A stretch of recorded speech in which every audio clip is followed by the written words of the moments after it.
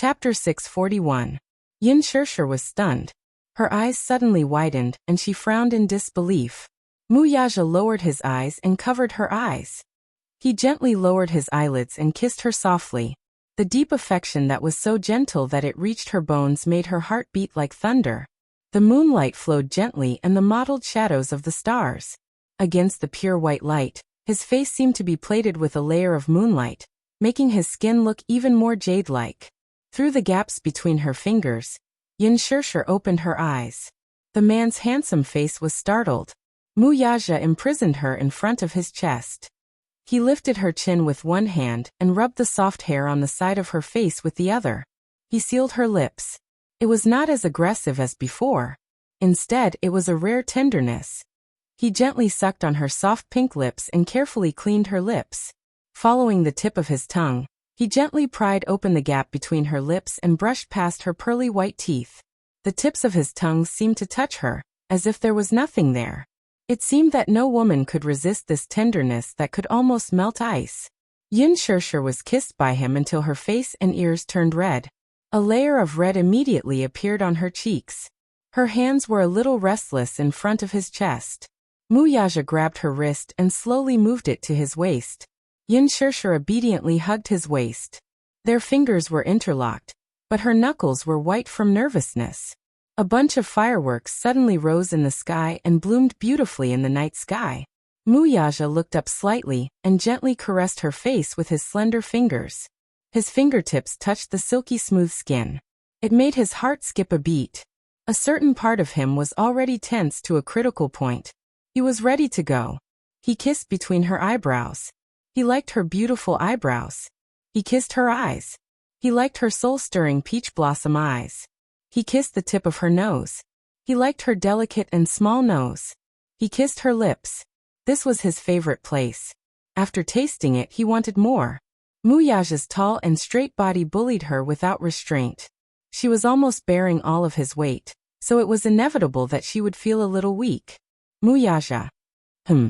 The man seemed to have not heard her delicate begging for mercy. His hand slowly reached down and lifted the corner of her skirt. Muyaja. Yin Shirshir pouted. What is it? Don't do it here. Yin Shirshir compromised. Muyaja interrupted her blandly. It's right here. This was the most secluded and elegant place on Hushin Island. The viewing platform had the most beautiful night view of Hushin Island. At the same time, no one would disturb them. Yin Shirshir blushed and said, I'm hungry. I'm hungry too. Muyaja's voice was hoarse, revealing a bit of suppressed lust. His skin was magnetic. His breath was like an orchid, almost burning her cheeks in an instant. Yin Shirshir couldn't help but blush even more. Stop fooling around, okay? I'm not fooling around. I'm really hungry. I'm really hungry too. Yin Shirshir kept quiet out of spite. This man was really. Muyaja leaned over and kissed her sensitive earlobe. He said in a deep voice, I'll feed you first, then you can feed me, This was a step of his compromise. An exchange of conditions. His deep and obscure voice revealed his dark desire. Looking at her, his eyes were very deep, but there was no need to hide it. Especially the fire in his handsome eyes, he couldn't suppress it no matter what. Yin Shirshir licked her lips. She was really hungry. Chapter 642.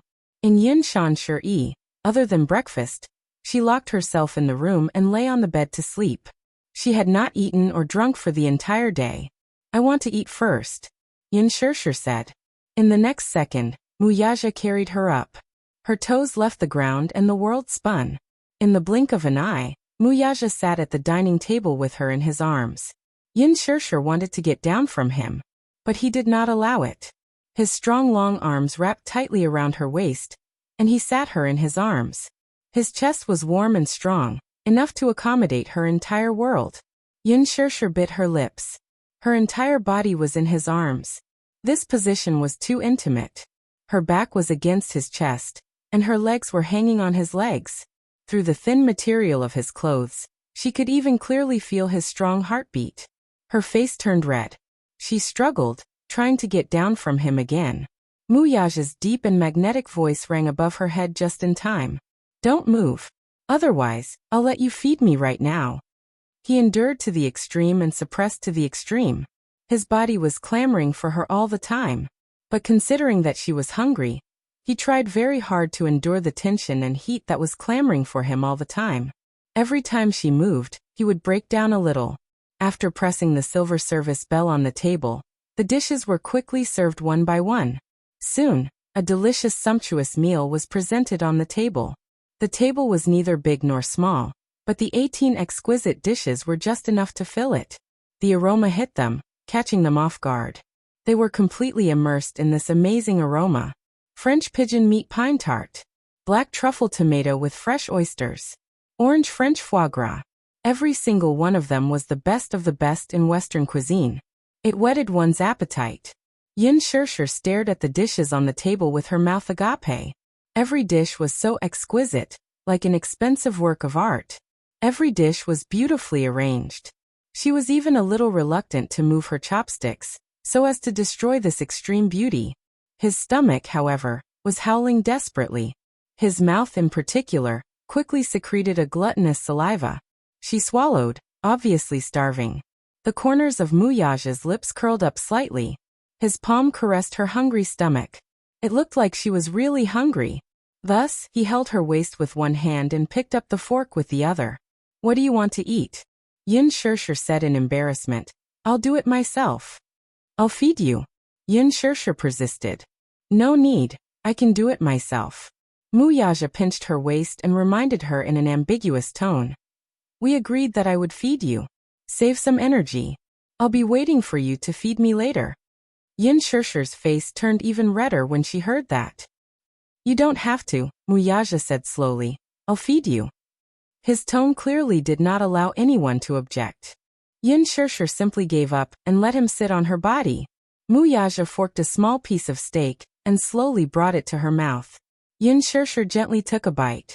Instantly, the meat juice overflowed. The meat was soft, and the inside was tough. It tasted great.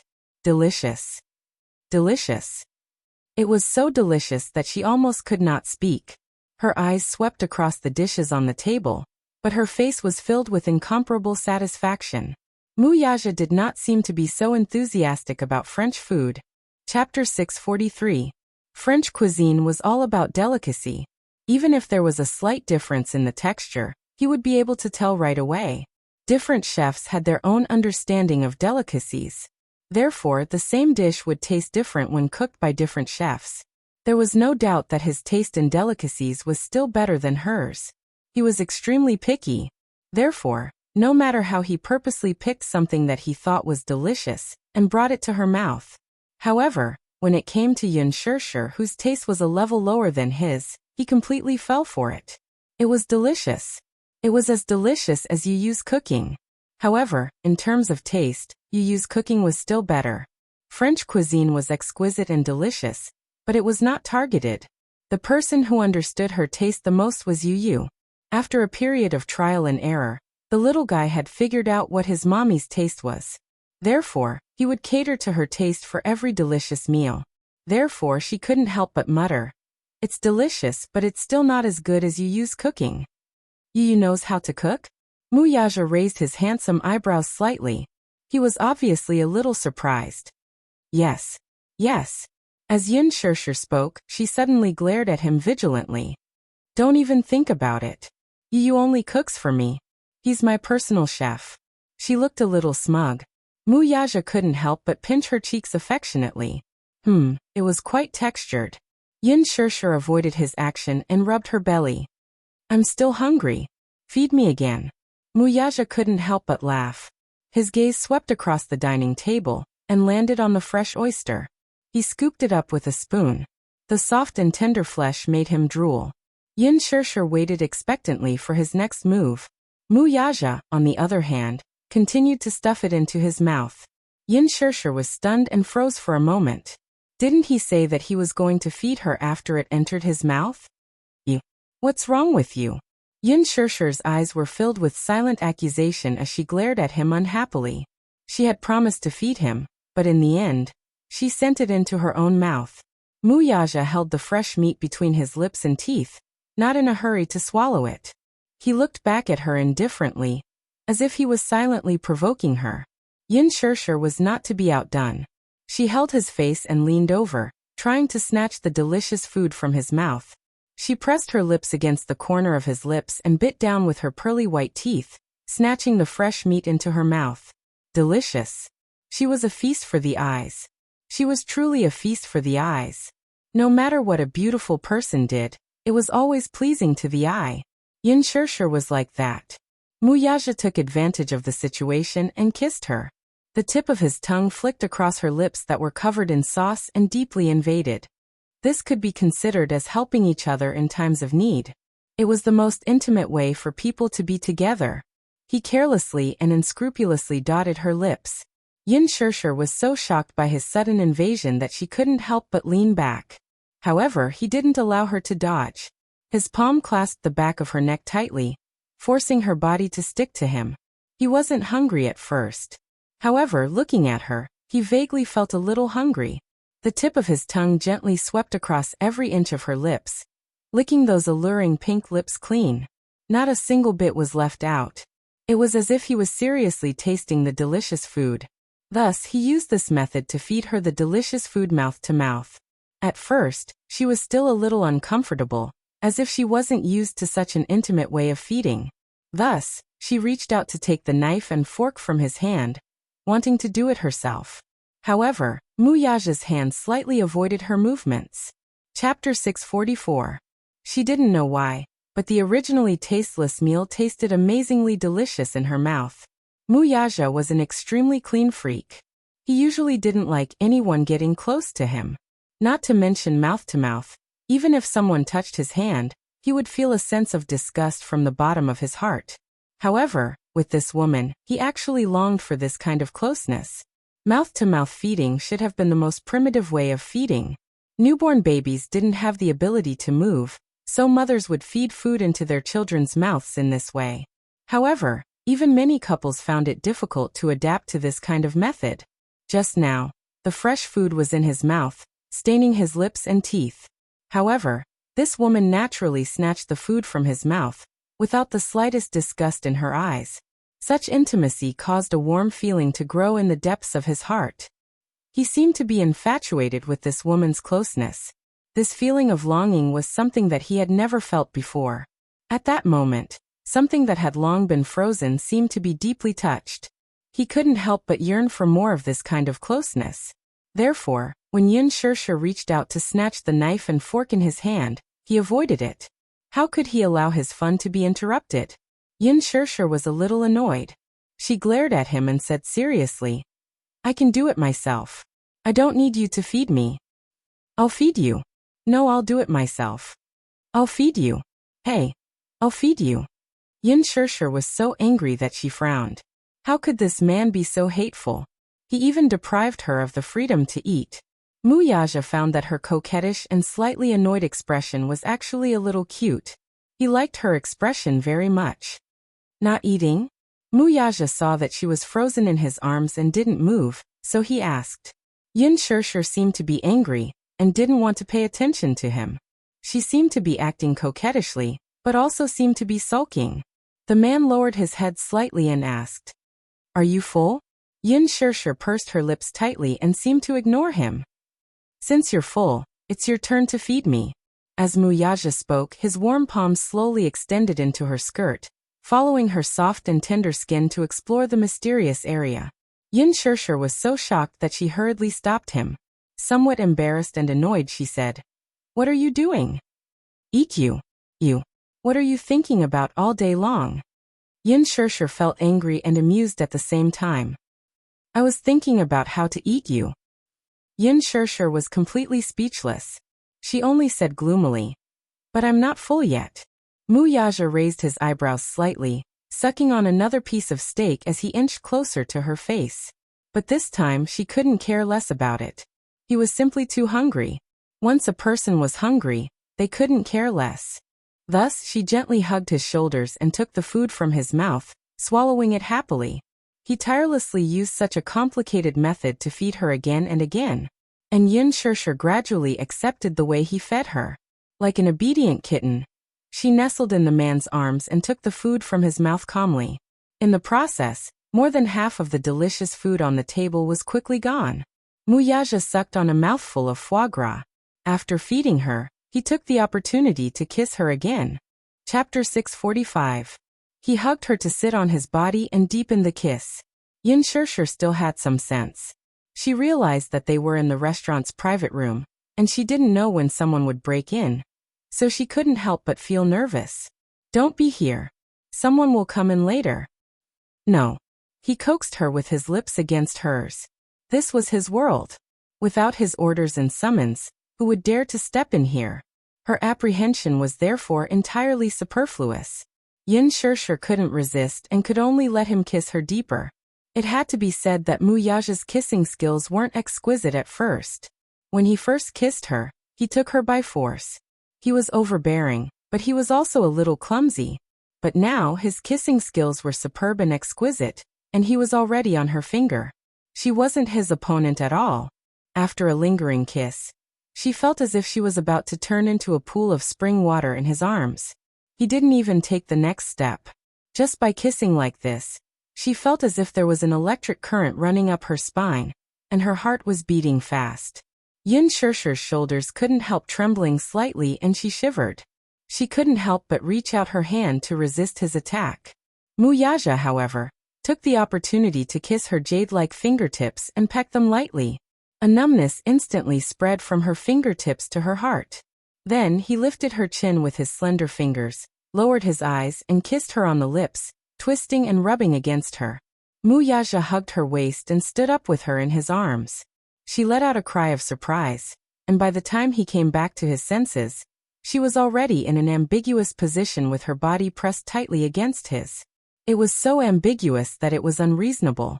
The temperature in the room suddenly rose. Muyaja pecked her lips and whispered in her ear, "Shirshir, stay with me." His voice was clear, deep, and extremely magnetic, but inadvertently revealed an unprecedented pampering. He said that he wanted her to be with him. He gave her the whole world. His whole world. Yin Shirshir's face couldn't help but heat up a little. She slowly nodded and softly said, which could be considered a happy agreement. Okay, be together. She would give him the whole world. Her whole world. There was another private room in the private room. The bathroom, bed, sofa, everything was fully equipped, just like a dreamy suite. Muyaja carried her to the sofa and carefully placed her on it. It was as if she was an extremely fragile treasure. His gentle movements made her feel as if she was in a dream. It was as if she had never been so gently doted on by a man before. Could it be a dream? Yin Shirshir was inexplicably worried about personal gains and losses. She was scared witless. He was afraid that everything in front of him was just a dream. When the dream was shattered, he woke up. Yin Shirshir was in a daze. She couldn't help but reach out her hand and caress his handsome face. Her slender fingers caressed every inch of his extraordinary features. It was unbelievably real. It was not a dream. Her fingertips couldn't help but tremble slightly. Muyaja held her hand and kissed it gently. Then their fingers intertwined and his body slowly covered hers. In this position, he entered her. There was no aggressive attack, no forceful taking. His movements were gentler than any other time. He cherished her. He couldn't bear to hurt her. He wanted her to clearly feel how wonderful it was to make love with him. In the aftertaste of love, she gently closed her eyes and lay in his arms. She rested her head on his warm chest and wrapped her fingers around the necklace on her collarbone. The diamond embedded in the pendant was cut into the shape of a beautiful shooting star. It was exquisite, noble, and elegant. Chapter 646. It was so beautiful. Yin Shirshir's eyes were curved, and her eyes were bright as if she was smiling. She liked the pendant so much that she couldn't bear to part with it. She didn't hide her love for the pendant at all. Seeing that she seemed to really like it, he was very happy. Minyu, this kid, was not bad sometimes when he came up with ideas. Muyaja wrapped one arm around her body, lowered his head, and kissed her gently between her eyebrows. Yin Shirshir pursed her lips and smiled shyly. Her fair, jade-like face was pink and tender. She was obviously shy, and the shallow dimples on her cheeks made her look a little lovey-dovey. Her dimples were very beautiful. They were shallow and small. And when she smiled, they were too sweet. Muyaja couldn't help but kiss her dimples with infatuation. He really liked her naive look. She was lively and fragrant. She was charming and enchanting. She was clearly such a tender and pure beauty, but her bones seemed to exude the most primitive temptation of a woman, like a charm. He even suspected that this woman must have been a disaster in her previous life. She was born in ancient times and deserved to be a demon concubine, who bewitched the emperor. Looking at her lovely appearance, Muyaja's throat moved, and his lower abdomen faintly tightened again. No matter how much he wanted this woman, he could never get enough of her. Yunshirshir had no idea what kind of deep water the man beside her was in at this moment. And she also didn't know that this man loved her dearly and was trying hard to suppress the vigorous lust in his body. She suddenly looked up and smiled. She thought for a moment and asked carefully, "Muyaja, I want to ask you a question." "Je." Muyaja suddenly said a word, but Yunshirshir was a little stunned. She didn't understand the meaning of the word. Muyaja saw her stunned expression and couldn't help but reach out to touch her nose. He laughed and said, "Little fool, you don't have to call my name." When he said that, Yunshirshir was smart enough to understand the meaning of his words. She blushed and asked tentatively, "Je." Her voice was soft and gentle, but her one word was enough to melt his bones. It was just a single syllable, but it was full of killing power. It was as if an electric current was flowing through his limbs and bones. To be able to use this title on him meant that they were the closest people to him. Yunshirshir was the first. Her voice was soft, and it was very pleasing to the ears. He liked her calling him that. Thus, Muyaja lightly pecked her lips and requested, "Say it again." Yunshirshir pursed her lips. She was obviously a little shy. "Say it again. Je, make it softer." "Sha." Satisfied, Muyaja kissed her on the lips again as if rewarding her. The tip of his tongue traced the contours of her lips lovingly. Yunshirshir pushed him away coquettishly. "Hey, why are you like this?" "What?" "I just wanted to ask you a question. Let's talk about it later." Muyaja didn't have the heart to care about other things. He only wanted to taste her beauty and tenderness to his heart's content. Yunshirshir saw that the handsome face was unscrupulously pressing down on her, and reached out to block his lips. "Can I see Xiao Yichen in the future?" she murmured softly. Her face was obviously nervous and pleading. She liked Xiao Yichen very much, and she also felt sorry for this child. Chapter 647. The last time she saw this child at the amusement park, even though they had been estranged for 6 years, she still felt extremely close to him. Mother and son were connected by blood. He was, after all, her flesh and blood. She had not seen this child for 6 years, but her yearning for him had never stopped. That day, when little Yichen complained in front of her that Daddy doesn't want me anymore, her heart had also broken into pieces. Her heart ached for this child. When Yu was young, she studied many books on child psychology. Yu only had her as his mother. He never knew who his father was. When he was in kindergarten, Yu would often ask her if he had a father. Every time this happened, Yunshirshir's heart would ache terribly. She had always worked hard for Yu. He only had her. Without a father, his family was not complete. Thus, she tried her best to create a happy childhood for him. She did not want him to become an emotional orphan. Yu, on the other hand, was sensible and well-behaved. Later, he did not ask about his father. The mother and son depended on each other. With her hard work, Yu did not have a lonely childhood.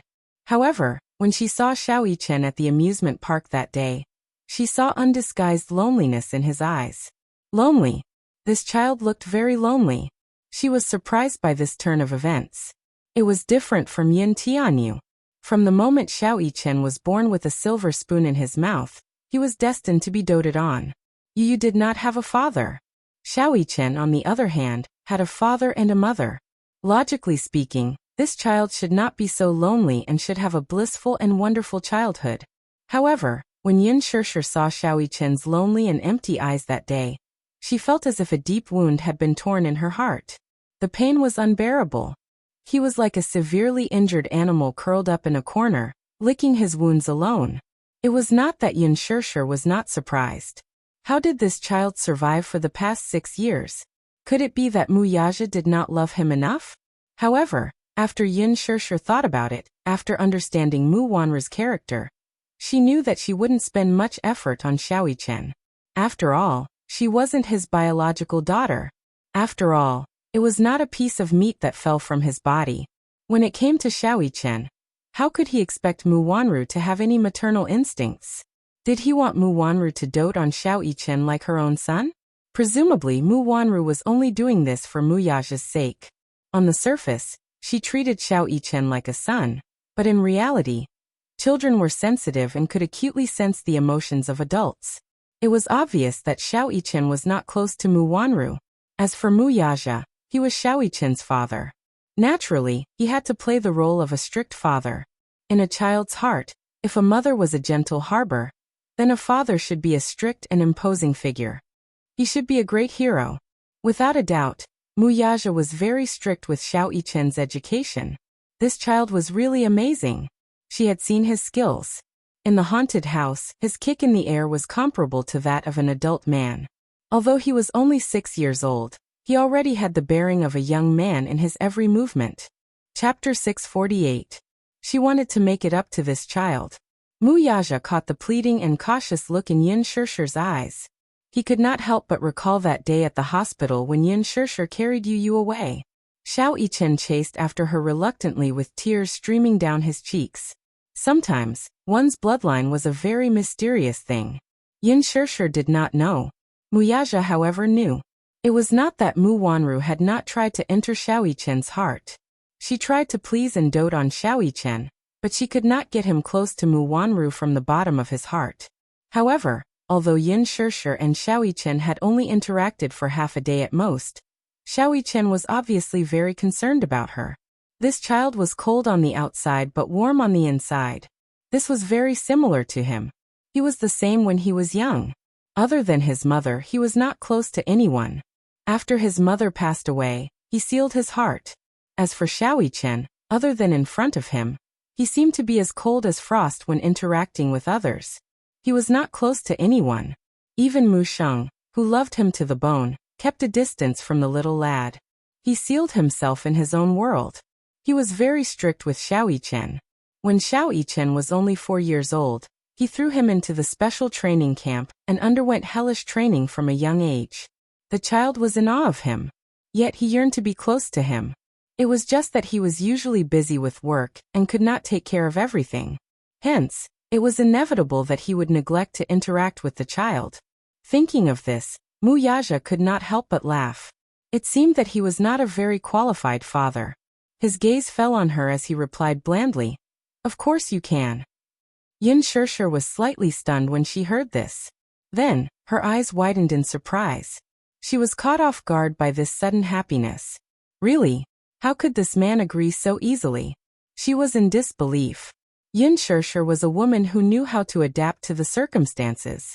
She loved Xiaoyichen very much, but she did not forget that she had signed a contract with him. The terms of the contract stated that she would unconditionally give up custody of Xiaoyichen. However, things were different now.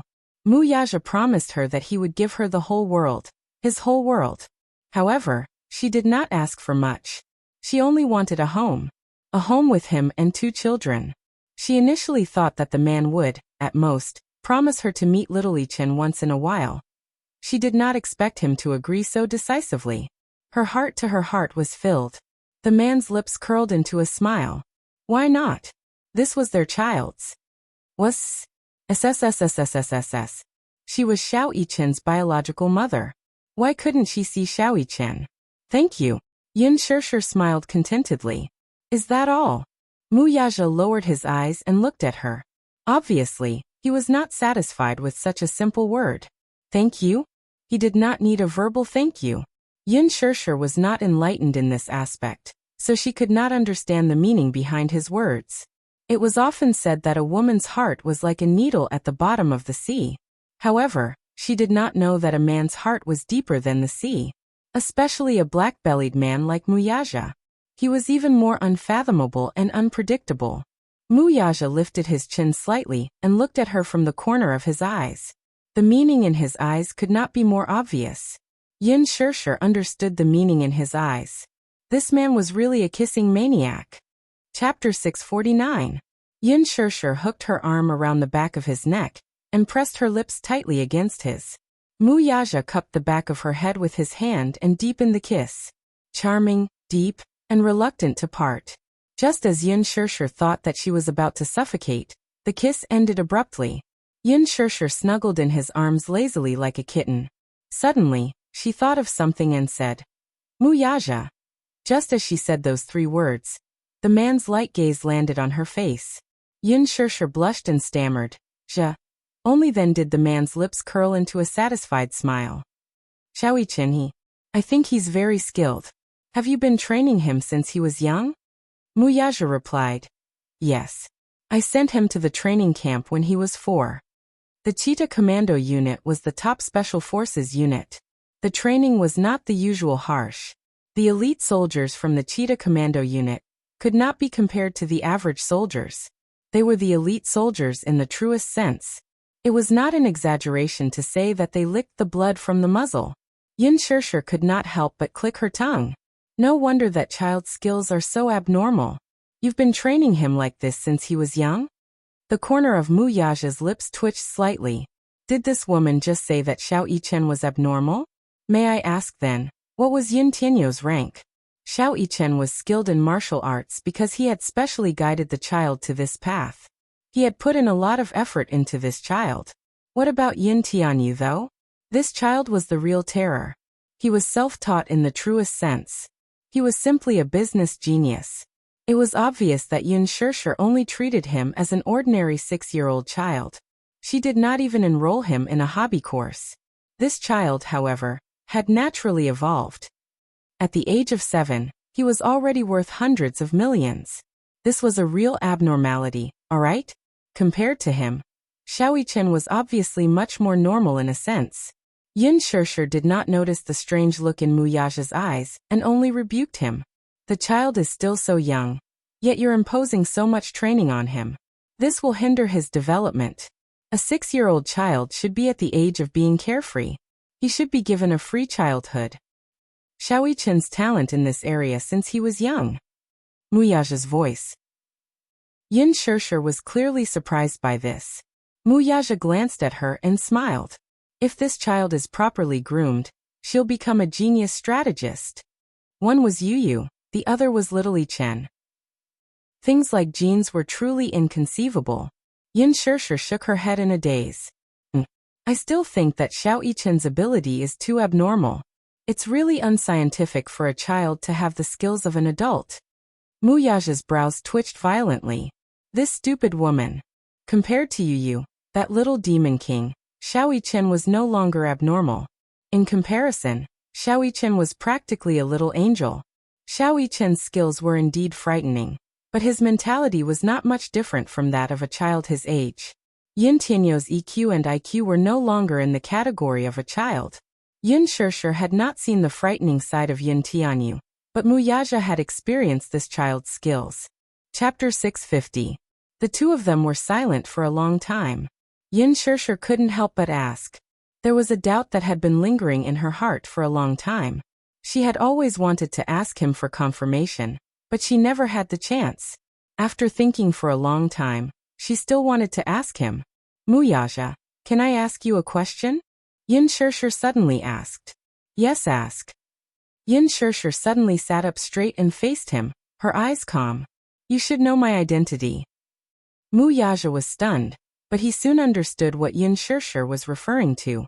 After careful consideration, he decided not to hide it from her, so he confessed. I found out about your identity 6 years ago. Yin Shirshir was shocked. She would never have thought that this man would have found out about her identity 6 years ago. How did you know about my identity? Din. He looked up. Have you forgotten? 6 years ago, before you signed the surrogacy contract, you did a blood test. Your blood sample report shows that your blood type is MNSSU. This blood type is very rare, the rarest of the rare blood types. Yin Shirshir frowned slightly. Her blood type was indeed very rare in the world. But how could you be so sure that I'm Mu Qingqing's daughter just based on my blood type? Yin Shirshir asked. You know, there are many coincidences. Maybe it's just a coincidence. He looked at her and suddenly said, "You look very much like her, very much like her." They were exactly the same. Especially her temperament and charm. It was impossible to replicate. If her photo was placed next to Mu Qingqing's, no one would suspect that they were not mother and daughter. Mu Yaja still retained the appearance of Mu Qingqing when she was young in the depths of his memory. When Mu Qingqing left the Mu family, he was already 5 years old, and could remember things. Even if his memory of Mu Qingqing was very vague, her beautiful face was deeply engraved in his memory, and left a deep impression. When he saw her photo 6 years ago, he felt that she was somewhat familiar. It was only when he saw Mu Qingqing's photo in Mu Sheng's study that his suspicions were confirmed. Therefore, he ordered the hospital to take Yin Shishir's blood sample for a paternity test. The DNA database still has Mu Qingqing's DNA report. After comparison, your DNA matches hers perfectly. This answer completely confirmed his guess. Mu Yaja lowered his gaze and met her eyes. "I've already found out that you're Mu Qingqing's daughter." "So you already knew?" Yin Shishir smiled bitterly. She lowered her eyes slightly and slowly said, "Mu Wanru stole my jade pendant. By a freak combination of factors, she took my identity and was recognized by the Mu Jia. Sadly, I only found out about this matter recently. From the moment she entered the Mu family, I thought that she was very suspicious." Yin Shishir was a little surprised. "Then, why didn't you say anything? Is it important?"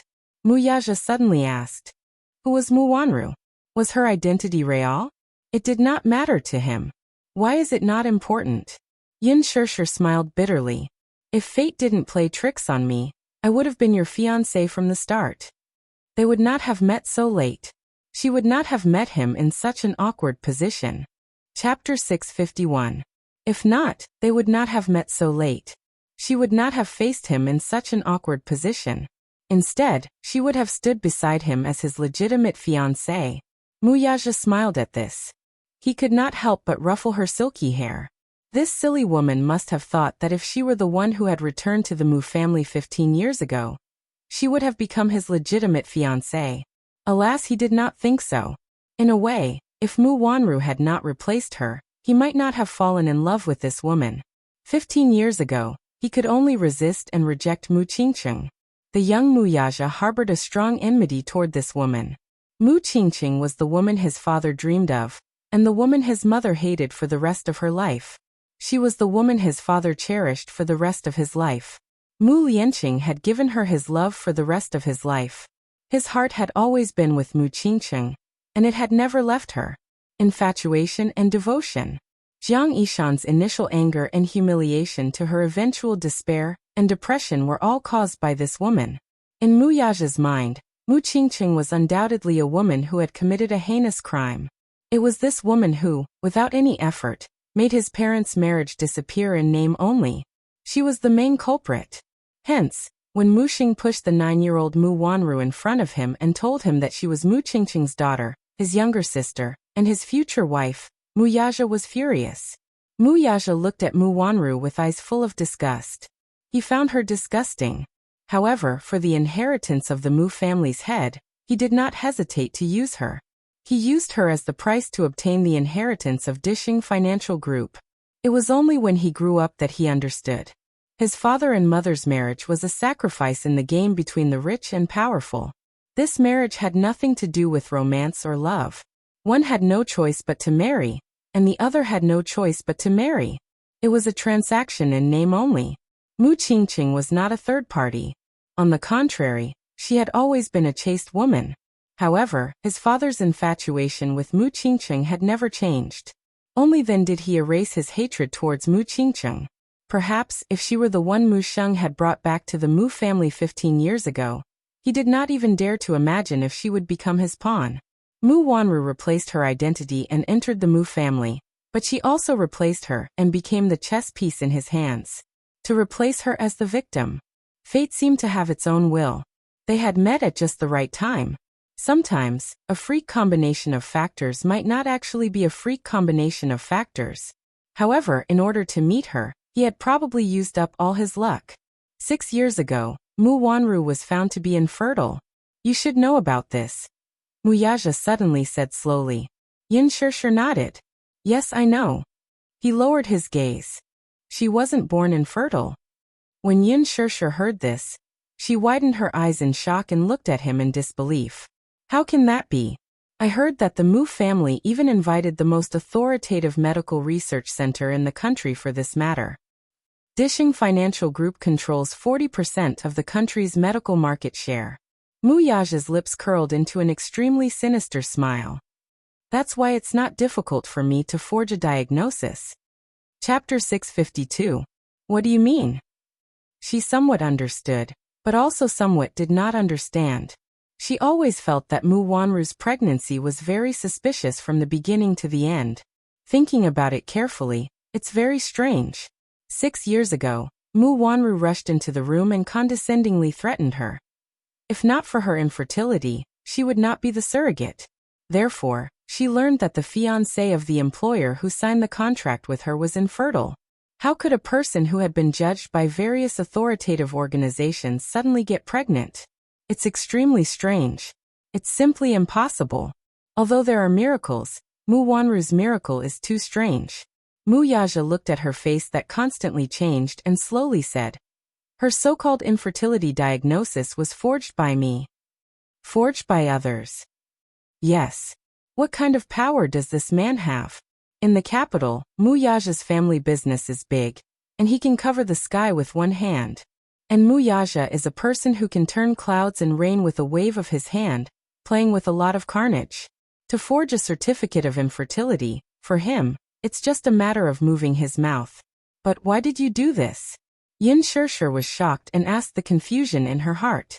Muyaja's eyes slightly twitched, and the bottom of his eyes burst out a biting cold light, but he said lightly, because she is a chess piece. A chess piece must obey the will of the master. This is the duty of a chess piece. Yin Shirshir was shocked. However, after thinking about it carefully, she was not surprised. Such ruthless and indifferent words, from his mouth, she did not feel strange. However, she still felt confused. Chess piece? What chess piece? At the beginning, Grandpa ordered me to marry her. Muyaja hooked up his lips and smiled. If I get engaged with her, I can get the inheritance of the Mujia's lord. The Mujia is very big, but not everyone is qualified to enter the Mujia's main house. Only the Mujia's patriarch and the next generation's patriarch are eligible to live in the Mujia's main residence. At that time, his father had passed away. In such a large clan, he and his mother depended on each other for survival, and every step they took was filled with trepidation. The Mujia also has many factions within the Mujia. Both the direct descendants and the cadet branches were eyeing him like a tiger watching its prey. He was Mu Sheng's proudest grandson, and the most favorable candidate to be the next head of the family. Thus, there was no doubt that he had become a thorn in the side of those people. Many people wanted to get rid of him. Every day, every moment, passed with fear and trepidation. Therefore, at that time, the inheritance of the Mu family was undoubtedly a protective talisman for him and his mother. At that time, grandfather was old and his health was deteriorating. After my father passed away, the position of the head of the family had always been empty. Many people were eyeing it covetously, and grandfather had always been hesitant about whether he should settle the position of the head of the family. Muyaja said expressionlessly, as for me, as the most powerful candidate, many people are eyeing me covetously, but I wasn't old enough then. In order to get the power of succession, I used marriage as a bargaining chip. Mu Wanru, on the other hand, is just a pawn for me to use. Do you think I'll have feelings for a chess piece? Yin Shirshir's heart turned cold. This man, he was actually so cold and two-faced. He could actually use someone to this extent. If Mu Wanru knew that her infertility diagnosis was all used by this man, and she was the victim of his schemes, how would she feel? Chapter 653. She felt that Mu Wanru was really pitiful. She was so affectionate to the man she loved, but in the end, she didn't know that she was just a pawn in Muyaja's hands. Pitiful, sad, but she didn't feel sympathy. Wasn't she asking for all this? Yin Shirshir was shocked and couldn't help but feel that it was unbelievable. Then, if it was her who returned to the Mu family 15 years ago, would she also become a pawn of a man? Then she's pregnant now. Whose is the child? She asked carefully. Muyaja glanced at her and then said, "It's not mine." "Then whose is it?" "Alan, my personal assistant. You probably haven't seen him before." Yin Shirshir thought about it carefully for a while. Amidst her thoughts, she quickly realized that she might have seen this man before. That day in the bathroom of the restaurant, she had seen a man who had an ambiguous relationship with Mu Wanru. Although Mu Wanru appeared to be distant from him, from the man's behavior and expression, and even the way he looked at Mu Wanru, it was silently announcing the intimate relationship between them. How intimate? She didn't know. "I've seen that man. He looks clean and gentle. He's probably the Alan you mentioned." "When?" "Just a few days ago. I met him in a restaurant." "You saw him?" "Yes." "What did she say to you?" Yin Shirshir's expression changed. "She told me that she's pregnant with your flesh and blood." Muyaja played with her fingers with interest, then suddenly looked up and glanced at her playfully. "So you're jealous?" It was not a rhetorical question but a statement. Because of jealousy, she put his number on the blacklist. "No." Yin Shirshir denied stubbornly. Muyaja obviously didn't believe her, and there was a playful smile in his eyes. "Little liar, you're obviously jealous." "No." "Okay, no." He smiled indulgently, but did not intend to argue with this woman who did not mean what she said. She didn't expect this little fool to be so arrogant. He liked her arrogance. He liked everything about her. Yin Shirshir stared at his handsome face and suddenly burst into laughter. She couldn't hide the smile on her face. "What are you laughing at?" Muyaja frowned and asked in confusion. "Our young master Mu has been cuckolded." Yin Shirshir teased mercilessly. Muyaja's expression instantly changed, and his eyes suddenly became as cold as ice. "It doesn't count." "Huh." He suddenly stood up and grabbed her wrists, pulling her into his embrace. Yin Shirshir was caught off guard and fell into his arms. Muyaja lifted her chin and said word by word, "You are my woman." "She's not." Yin Shirshir was shocked, and her eyes widened. "So it doesn't count." "I'm just joking, and you're taking it seriously?" Yin Shirshir covered her mouth and laughed. "Muyaja, you're really like a child sometimes." "No." Muyaja lowered his gaze and hugged her in his arms. Lowering his head, he pecked her fingertips and breathed out, "I'm your man." Yin Shirshir's cheeks blushed, and she pursed her lips without saying a word. "I'm your man, so I'll protect you." This was a responsibility that he had to fulfill as her man. She looked up and gently bit her lower lip with her pearly white teeth. Chapter 654. Her heart was deeply touched by his words. "Muyaja, are you not letting me into the Mu family to protect me?" Why do you ask?" "Intuition, I guess." Yin Shirshir's eyes curved as her lips curled up slightly. "The Mu family gives me the feeling that it's a tiger's den. It doesn't feel warm at all. The family I want isn't like this. I won't let you step into such a scary place." Muyaja caressed her flawless face and could not help but touch her eyelashes. "I'll protect you and you well." Song Inya was sent to the hospital by a friend. The abrasions had already scabbed over, and the doctor cleaned and bandaged them for her. For an ordinary person, this was not considered a serious injury. However, for Song Inya, who had never suffered any injury since she was young, this was probably the most serious one she had ever suffered. Along the way, she was depressed. When she thought of Yin Shirshir's heart-wrenching words, she felt extremely aggrieved. When Jiang Qiming and Song Yunxi saw her return, they wanted to invite her to eat dessert. However, when they saw her worried face and her limping, they looked at each other in shock. Jiang Qiming's heart ached and she immediately went forward to ask, "Enya? What happened to you?" Song Yunxi also hugged her shoulders nervously and asked a few questions. Song Inya did not say a word. He lowered his head until he saw the bandaged wound on her knee. He scanned her from head to toe and saw that there were different degrees of abrasions all over her body. She was in a sorry state. "Enya, what happened to you?" Song Yunxi was a little anxious. "Why are you covered in injuries?" "Boo. Brother." Song Inya's nose twitched. In the end, she could not hold it in and threw herself into his arms, wailing bitterly. "Enya, what happened to you? Why are you like this? What exactly happened? Tell me." Jiang Qiming was also anxious at the side. However, Song Inya just kept crying sadly. She curled up in Song Yunqi's arms and cried as if the world was about to collapse. Song Yunqi's heart ached, and she was at a loss. However, at this moment, she didn't know what to do with her precious little sister. Jiang Qiming was also anxious at the side. Song Inya had always been the princess of the Song Yunqi family. She was the apple of her parents' eye, and was especially doted on. However, when Jiang Qiming saw her precious daughter crying wantonly in Song Yunqi's arms, she could not help but feel a knife in her heart. But she couldn't do anything about her daughter. Her daughter had always liked to stick to her since she was young. But for some reason after puberty, she became less close to her. No matter what happened, he rarely mentioned it to her. Perhaps it was because he had matured and some things were inconvenient to tell her. Therefore, as her mother, Song Inya rarely told her what was on her mind. Instead, she was very close to Song Yunqi and would tell her everything. After all, Song Yunqi was the eldest brother in the family, and he loved his two younger sisters very much. Song Inya was very dependent on him. Hence Jiang Qiming gave Song Yunqi a look. The latter understood and lowered his head to Song Inya. Inya, tell me if there's anything. Brother will make a decision for you, okay? Song Inya nodded slowly and said in a choked voice, Brother, I'm so sad. I feel like I can't breathe.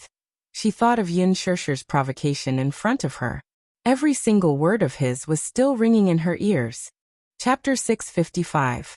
She did not believe it. She really did not believe that Yin Shirshir was Brother Mu's beloved woman. She also did not believe that Xiao Yichen was her and Brother Mu's child. However, facts spoke louder than words. Yin Shirshir did not seem to be lying. The main thing was that she had carefully observed this woman's eyebrows and eyes. They really resembled Xiao Yichen's. Could it all be true? Years ago, there was a rumor that Mu Wanru was infertile. So the Mu family offered a sky-high price for Xiao Yichen to be a surrogate and not Mu Wanru's biological child. Could Yin Shirshir be that mysterious surrogate mother? Song Yunqi brought her into the room and sat on the bed. Under Song Yunqi's gentle persuasion, Song Inya finally calmed down a little. She relied on Song Yunqi as much as anyone else. Song Yunqi was the only one who could truly tolerate her unreasonable behavior. It was to the extent that she was only willing to talk to him about anything. Brother, do you think it's possible between Brother Mu and me? Song Inya clenched her hands tightly and asked carefully. Song Yunqi was furious. He suddenly stood up with a gloomy expression. I knew it was him. Other than him, no one else has the ability to make you so distracted. He paced back and forth on the spot. Suddenly, he squatted in front of her and held her shoulders tightly. He asked seriously, Silly sister, do you like that man so much? I've told you many times that it's impossible between you and him. Didn't I tell you to give up? I like him. I've liked him for more than 10 years. You're asking me to give up just like that? I can't take it lying down, brother. She pouted. But you're related to him by blood. No one knows better than you whether it's possible between you and him. Song Yunqi slammed the table in anger. His sister had liked to stick to Muyaja since she was young. When they were young, she would follow him and call Muyaja uncle. But without the adolescent years of a young girl's heart, she felt that this uncle was constantly reminding her of their blood relationship. She deceived herself and changed the way she addressed Muyaja. It was as if this would shorten the distance between them. He didn't know what this girl was thinking. She was always talking about Brother Mu, Brother Mu. It was as if she had lost her mind. He was possessed by her. Irritated, Song Yunqi rubbed the hair on his forehead and glared at her in exasperation. The Missy was taken aback by his anger, but she persisted. So what if we're related by blood? I like Brother Mu and want to marry him. Nonsense. You're just messing around. Song Yunqi stood up angrily. Song Inya, you and I should call him uncle. You're his niece. It's fine if you don't call him Uncle Mu, but you keep saying that you want to be with him. Don't you know that this is indecent? If word gets out that you're doing this, it'll only embarrass the Song family. You'll embarrass me and our parents. Song Inya was indignant. I have many cousins who are together, and their children are all very healthy. This isn't considered indecent, right? What are you doing? Are you lying to yourself? Song Yunshi glared at her angrily, and could not help but reach out to poke her head. Use your brain and think about it. If you marry your uncle, what will outsiders think? Chapter 656. You. Song Yunshi pointed at her, and cried out in anger. Song Inya glared at her, and pursed her lips stubbornly. However, looking at the tears in her eyes, Song Yunshi's heart softened. Let's not talk about this anymore. It's useless for me to talk about this. You'll figure it out sooner or later. Song Yunshi could only comfort herself and hope that her sister would completely give up on Muyaja one day. Even in the wealthy families, such marriages between cousins were not uncommon. However, the Song family had been a famous scholarly family in the capital for generations, especially during old Master Song's generation. They were one of the 10 founding generals of the country, and had outstanding achievements. Their status in the capital was important and illustrious. Even the Mu family had to give the Song family some face. Therefore the Song family was strict. If old Master Song knew about this, he would probably be so angry that he would expel Song Inya from the family. Song Yunshi naturally could not let her sister go astray and sit back and do nothing. I can't figure it out. I really can't figure it out. I thought Brother Mu doted on me the most. I thought he liked me too. Song Inya could not figure it out no matter how hard she tried. She was the person Muyaja had always doted on the most. Even Mu Wanru, his fiancé, he had never doted on her so much. In Song Inya's eyes, Muyaja was cold to everyone else, but toward her, he doted on her in every possible way. She thought that she must be very special in Muyaja's heart. However, tonight's incident had dealt him a huge blow. There's a reason why he dotes on you so much. Don't you know? Song Yunshi felt that she was hopeless. What's the reason? Because you look very similar to Auntie Jiang. Song Yunshi sat in front of her, and carefully looked at her face. From the photo, you look almost exactly the same. When Auntie Jiang passed away, almost no one could get close to Uncle Mu. Only you, because of your face, gave him great comfort. It is precisely because your face is similar to Auntie Jiang's that he would pour his longing for Auntie Jiang onto you. The so-called love. To put it bluntly, you are just a substitute. Understand? Auntie Jiang and I look alike? Song Inya touched her face in disbelief. She was obviously confused by Song Yunshi's words. Seeing her confused look, Song Yunshi was a little surprised. Didn't Uncle Mu mention it to you? He had heard about this from Jiang Qiming. Song Inya's face was very similar to Jiang Yishan's. When Jiang Yishan passed away, Muyaja locked himself in his room, and did not come out. He did not eat or drink. In the Mu family, Muyaja's affection for his mother was deeper than anyone else's. The death of his beloved family member was a heavy blow to him. At that time, Jiang Qiming brought Song Inya to the Mu family to attend Jiang Yishan's funeral and mourn. That was the first time he saw little Inya. At that time Muyaja, who was still young, stared at her for a long time. His face was expressionless as tears streamed down his face. He hugged her tightly in his arms. The more he missed Jiang Yishan, the more he doted on Song Inya. Song Inya was undoubtedly Muyaja's sustenance. He thought that Song Inya knew about this. Chapter 657. Song Yunshi sighed helplessly. That's because Auntie is the deepest pain in his heart.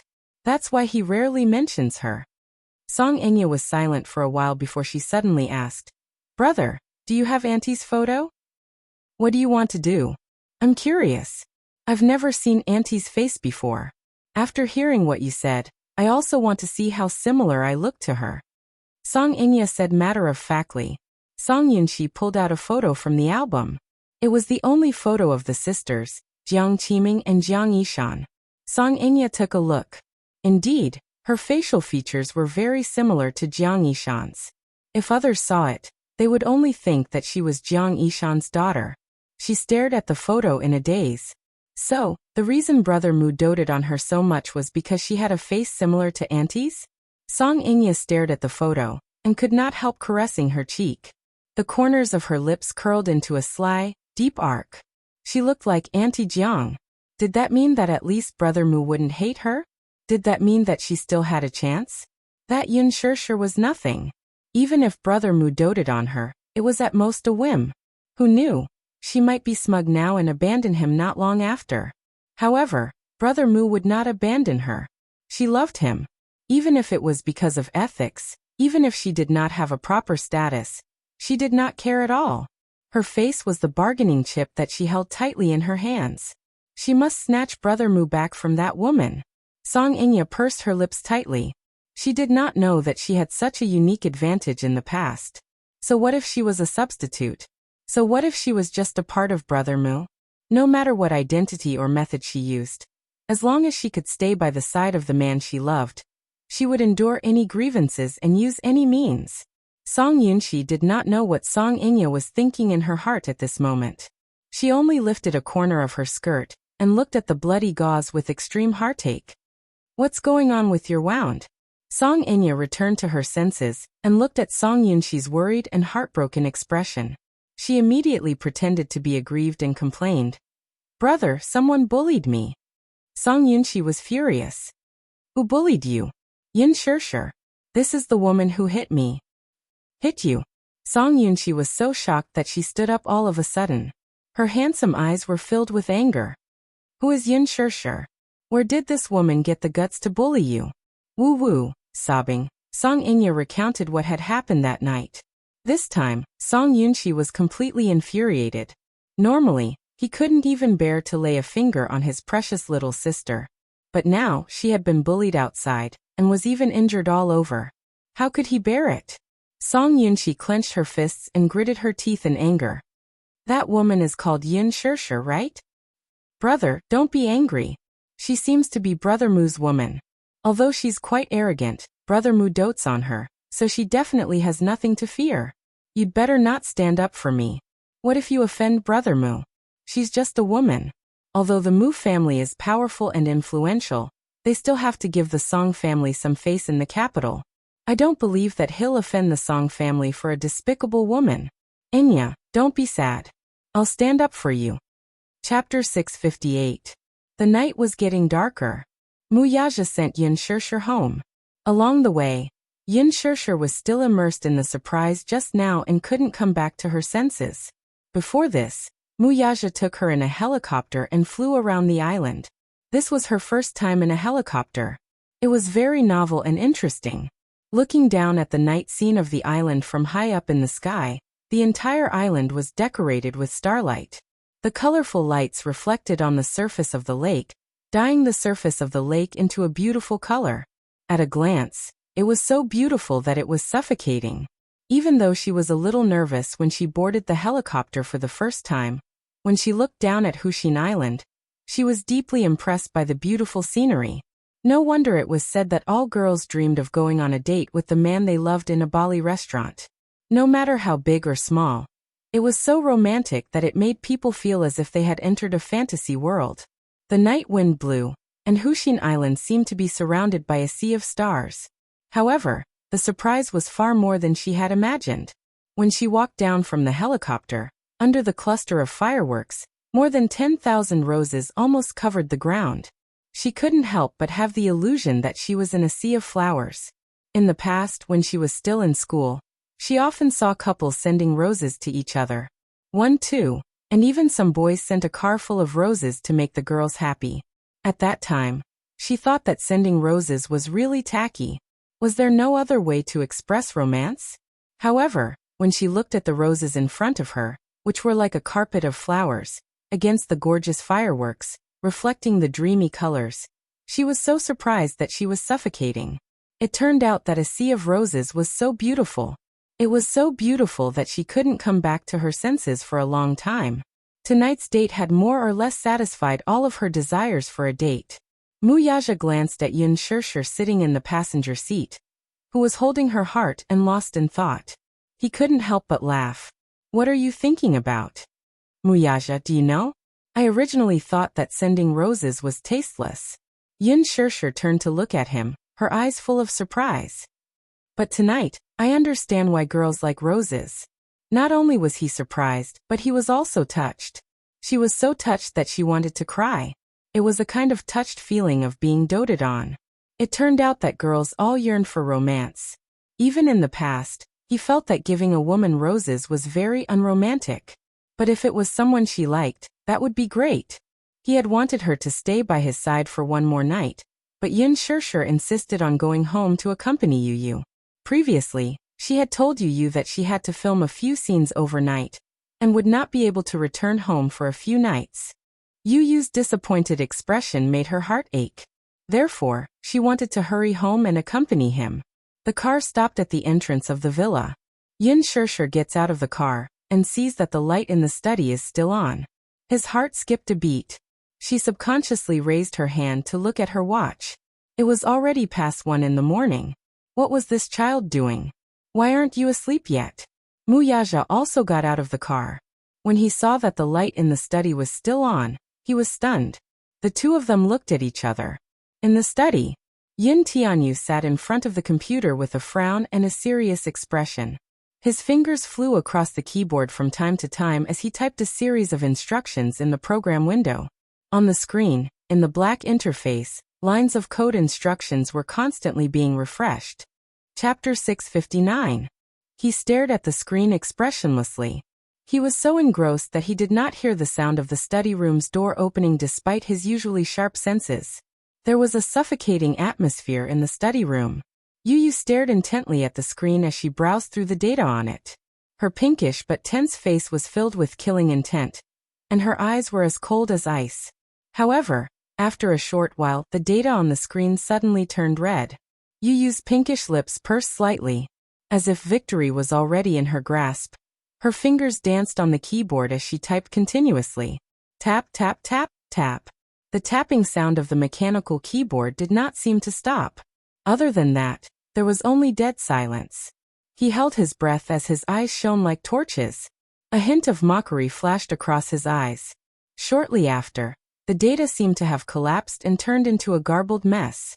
Shortly after, the screen flashed with the image of the Pentagon's home defense system collapsing. The Hurricane Group's logo appeared on the home page. The boy's tense expression faded as an elegant smile appeared on his face. Humph. Trying to fight with me? You're overestimating yourself. He closed the interface and pushed the keyboard away. He slowly picked up the cup of Ceylon black tea beside him and elegantly took a sip. At the bottom right corner of the window, Lee Hanlon's video conference window kept flashing. He clicked on it, and the computer screen switched to a video. Lee Hanlon's figure was exposed before the camera, and his face was filled with amazement. Oh my God! Yu, do you have to be so fierce? The Pentagon's defense system is broken just like that. He was already dumbfounded when he witnessed the collapse of the Pentagon's heavy defense net. This child's ability was beyond his expectations. The Pentagon's defense system was very strict. However, in the hands of this boy, the system was completely destroyed in just a few minutes.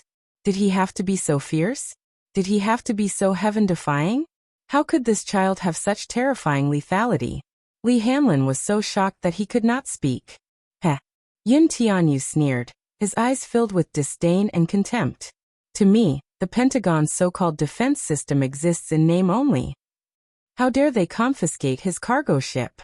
Since when did the Pentagon dare to hack into his system, mobilizing the port to block his route and detain his cargo ships? This was undoubtedly an act of twisting a tiger's whiskers. In the history of the American government, presidents would always do a few stupid things when they were in power.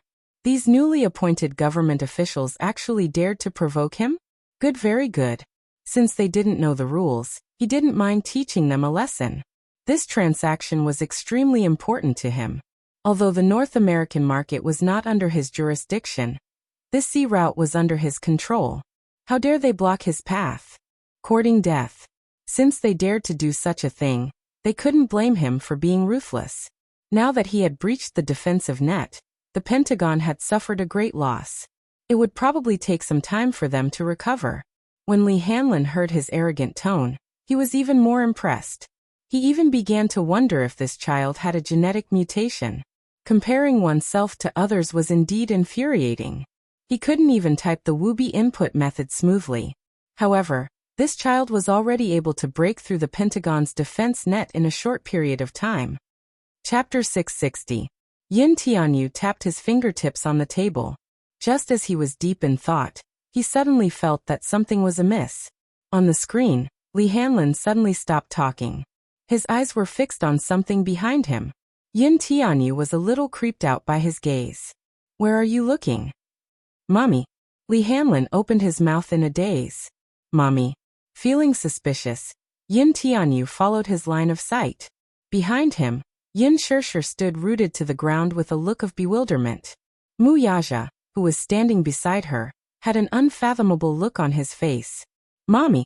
Yu Yu was instantly scared out of his wits by the ghostly appearance of the two people. His heart almost stopped beating at that moment. He stood up straight from the leather chair in shock, and subconsciously reached out to turn off the computer screen.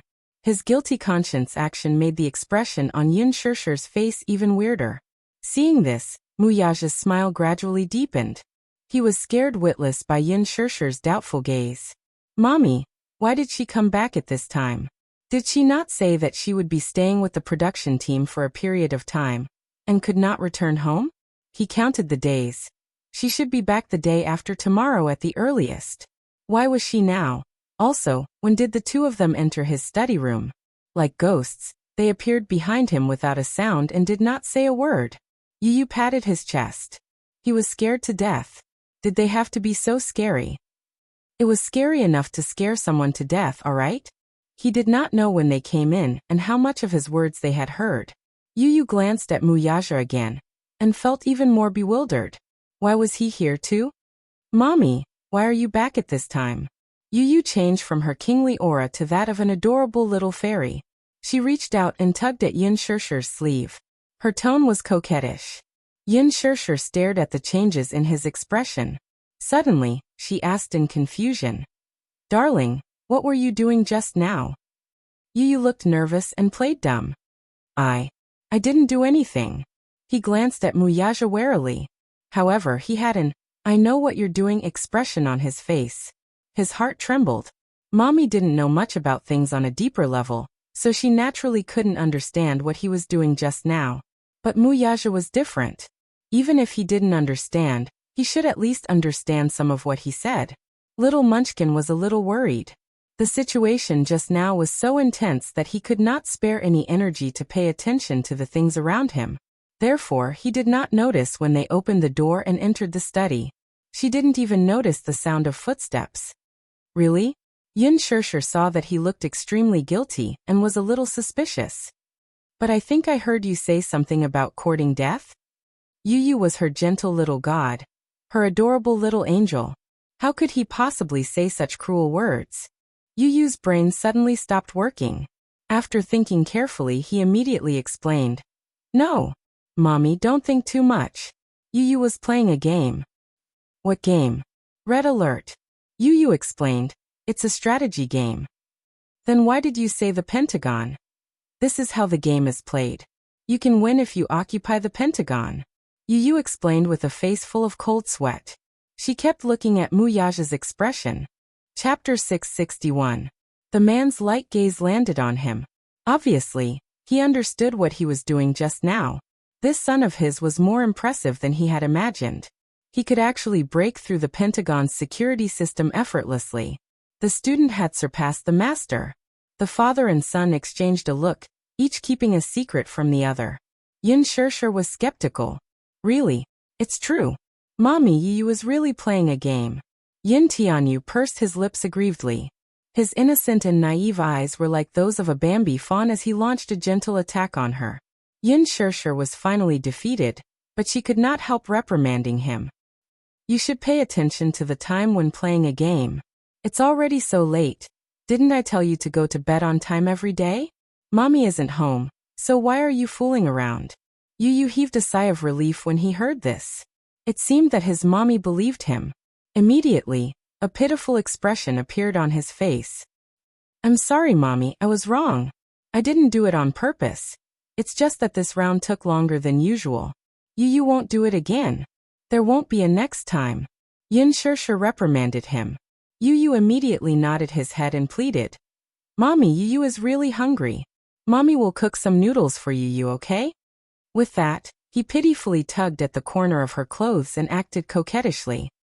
I really don't know what to do with you. Yin Shirshir's heart softened. I'll cook some noodles for you. Quickly tidy up the study room and go to bed after eating. Okay. Yin Tianyu immediately cheered and clapped his hands in joy. Yin Shirshir helplessly reached out to pat his head and left the study room to cook noodles. The father and son were left standing in the study room, facing each other. The gentleness and cuteness on Yin Tianyu's face instantly faded as he looked coldly at Muyaja. With an unfriendly look he questioned. Muyaja, why are you here? Muyaja looked down at him and couldn't help but say, ungrateful brat. Yin Tianyu frowned, not understanding what he was talking about. Muyaja smiled wickedly and squatted down to look him in the eye. When you lied to your mommy just now, I was kind enough not to expose you. Is this how you treat me the moment your mommy left? I'm not lying. I'm just playing a game. Little Munchkin shrugged innocently. Breaching the Pentagon's security program was indeed like a simple and low-level game to him. It was not even challenging at all. He wasn't lying, and he never lied to his mommy. He was a good boy. Yin Tianyu had a clear conscience. Yes, I'm playing a game. He nodded earnestly. It was just that this game was beyond the average adult hacker's capability. Breaching the Pentagon in minutes. I'm really impressed by you. Muyaja squinted at him. You play with firearms? Yin Tianyu's face darkened. This man was more capable than he had imagined. He could actually understand it. Are you in charge of North America and East Asia's air routes? Yin Tianyu was completely speechless. His daddy was not someone to be trifled with either. Muyaja sighed helplessly. Your mommy is stupid and can't understand these things, but I can. My mommy isn't stupid. Yin Tianyu glared at him and retorted with a snort. You're not allowed to speak ill of my mommy. Okay. Chapter 662. Then, why don't you call me daddy? Muyaja looked at him, his lips curling into a playful smile. Yin Tianyu's gaze changed and his face turned cold. You want me to call you daddy? Yu Yu's eyes were full of contempt and disdain. You want me to call you daddy? Dream on. Yu Yu proudly crossed his arms and raised his head with a pout. His eyes were full of childishness. This man was dreaming. He wanted him to call him daddy. This person was not even married yet, so how could he change it? Was that even possible? Muyaja cocked a brow and nodded. Stubborn fellow. Are you really not going to call me that? Dream on. These 3 words were a merciless rebuke. Yin Tianyu did not give him any face and coldly tugged at the corner of his lips. Muyaja shook his head helplessly, looking troubled. Then, I can only report your situation to your mommy. Situation? What situation? Yin Tianyu squinted his eyes warily and sized him up. His brows furrowed in confusion. What do you mean by that? Muyaja patiently guided him. Little thing. Guess what will happen if your mommy finds out that you're the boss of Leji Holdings? Yin Tianyu's good-looking brows furrowed slightly as he thought about it seriously. Suddenly, he realized something and coldly glanced at him from the corner of his eyes. He snorted and questioned. Are you threatening me? Yes. Muyaja calmly nodded and admitted it. The corner of Yin Tianyu's eyes twitched violently as he mocked. Muyaja, can you be any more shameless? A certain man nodded seriously and shamelessly.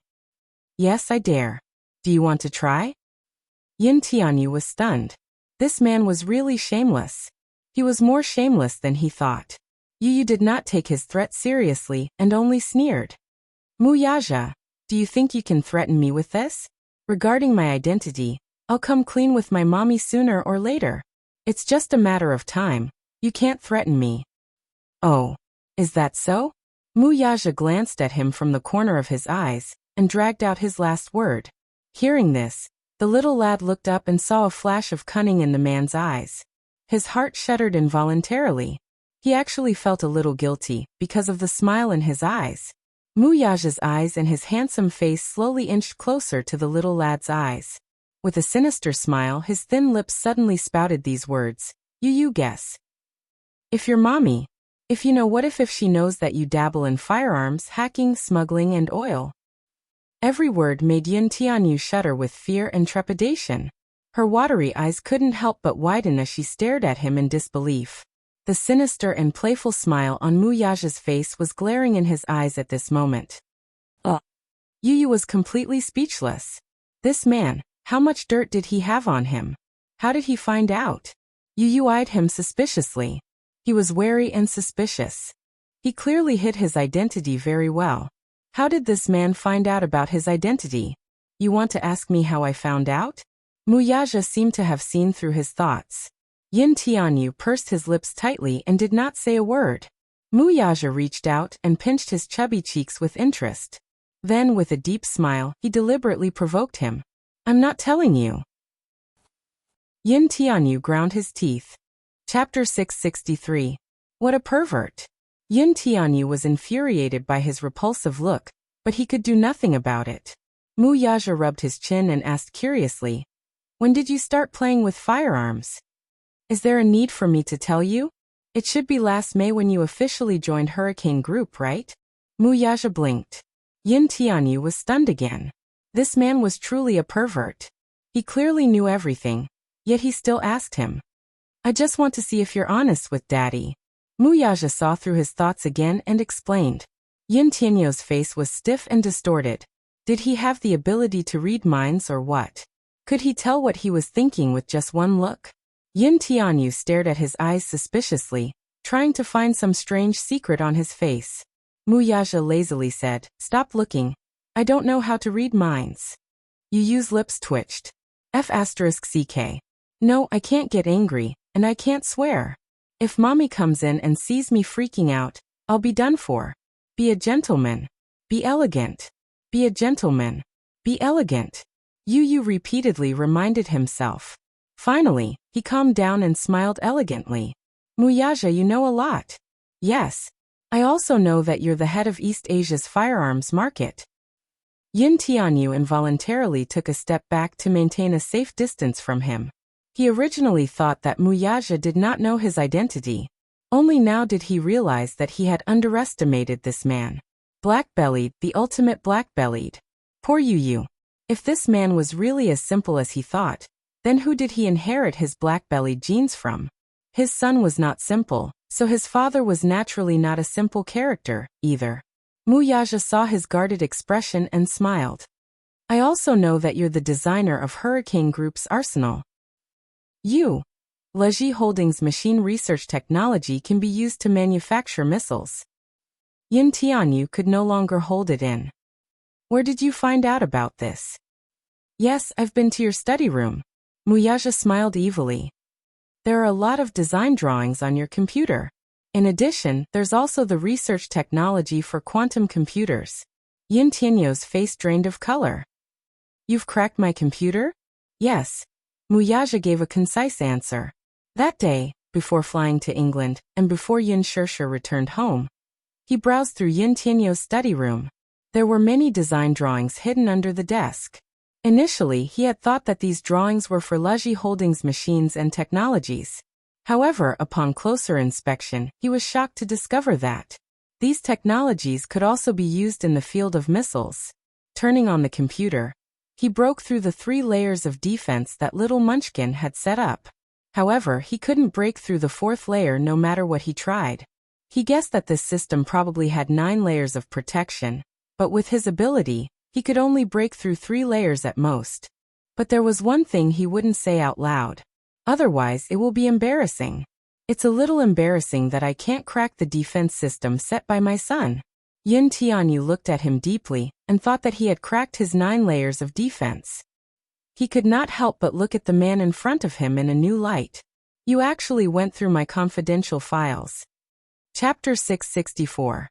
What else do you know? Yin Tianyu's eyes were filled with wariness. Muyaja raised his eyebrows wickedly. Isn't this enough? Arms smuggling and oil monopoly. This is a crime. I didn't expect my son to be the head of the arms syndicate. It's so scary. Muyaja patted his chest as if he were truly frightened. Yin Tianyu was completely speechless. Pretentious. What an actor. He clearly looked very calm, all right. How contemptible. This man was too black-bellied. He was even more black-bellied than he had imagined. Muyaja pondered for a moment before asking, Say, do you think your mommy will get a heart attack because of you being the head of the arms syndicate at such a young age? Yin Tianyu smiled disdainfully, his face full of contempt. Even if you tell her, she'll only believe me and not you. After all, in her eyes, I'm the cutest and most gentlemanly baby. What if I have evidence? Muyaja suddenly retorted. Yin Tianyu was startled. What? I'm sure your mommy will be very surprised if I have evidence of your identity. The evil smile on Muyaja's face was glaring. Yin Tianyu gritted his teeth, thinking that this man was really abominable. If he could, he really wanted to tear apart this black-bellied smiling face. Your mommy is like a pure and innocent little rabbit. If she knows that her son is the head of the armed syndicate, won't she be frightened? Yin Tianyu pressed. How much do you know? Muyaja looked up at the sky. He put on an innocent look as if he knew nothing. However, Yin Tianyu knew that this man probably knew everything about him. No matter how unwilling he was, he had to compromise. With a frown and pursed lips he asked, "What's the condition of confidentiality?" "Let me hear you call me daddy." Muyaja raised his arrogant chin. The topic was back to square one again. Yin Tianyu's face flushed red. It was so hot that it almost emitted smoke. How embarrassing. If he did not call him that, he was really afraid that this man would tell his mommy about his identity. If mommy knew that he was playing with firearms and oil, wouldn't she be so scared that she would have a heart attack, as he said? She might even destroy him. He dared not imagine what kind of scary situation that would be. He originally intended to keep this matter a secret. He thought that Muyaja would not be able to find out his identity. He did not expect that he had underestimated this man. Yin Tianyu gritted his teeth and gave him a sidelong glance before turning around. With his back facing his father, he held the corner of the table for support and practically squeezed out 2 words through gritted teeth. "Daddy." She was gnashing her teeth in humiliation. His voice was as soft as a mosquito, almost inaudible. Shouting these 2 words was already the limit for him. Muyaja, however, did not appreciate her kindness and replied in a harsh tone. "I didn't hear you." Yin Tianyu angrily turned around and accused. "You clearly heard it." "I didn't hear it." "Really? I swear." Muyaja raised his palm in a serious manner. Yin Tianyu gritted his teeth in anger. "Muyaja, do you believe that I'll blow up your Mu Group's headquarters?" Muyaja said, "Son, you're so cruel. I'm going to tell your mommy." "You only know how to complain." Yin Tianyu exploded in anger. "What can you do to me?" Muyaja looked at his little face, which was red from anger. It was tender, and adorable. He could not help but pinch it. Chapter 665. Call me daddy. Daddy. Your voice is a little soft. Yu clenched his fists and decided to bear with it. Daddy. Can't you be gentler? Daddy. When Yin Shirshir finished cooking the noodles and entered the study room, she saw this scene. She saw Yin Tianyu standing in front of Muyaja with downcast eyes and calling out softly, "Daddy! Daddy!" Each call was softer than the last. Each call was cuter than the last. Muyaja's ears were very pleasing to the ear. Yin Shirshir could not help but be stunned. Since when did this father-son pair have such a good relationship? She cleared her throat and coughed a few times. Yin Tianyu glanced at her from the corner of his eye and saw her standing at the door. He immediately stood up straight with an innocent and adorable smile on his face. "Mommy." Yin Shirshir helplessly hugged her arms. "What are you guys doing?" Yin Tianyu's face inexplicably turned red when he heard this. Muyaja, however, answered blandly, "We're exchanging feelings." Yin Shirshir. Yin Tianyu. How shameless. Who's exchanging feelings with you? You're the one who's sticking to me. I'm not exchanging feelings with you. Who has feelings for you? Yin Tianyu felt extremely humiliated. I'll never play with this man again. He angrily stomped his feet, and then looked at Yin Shirshir with an extremely resentful and aggrieved expression. His big, watery eyes were glistening with tears. He looked as if he was about to cry. Yin Shirshir, however, was completely in a daze.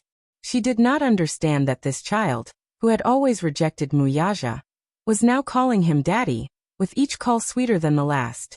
Did I see a ghost? Or Yin Shirshir suddenly glared suspiciously at Muyaja. Did you bully my baby? Her eyes were as sharp as a gun.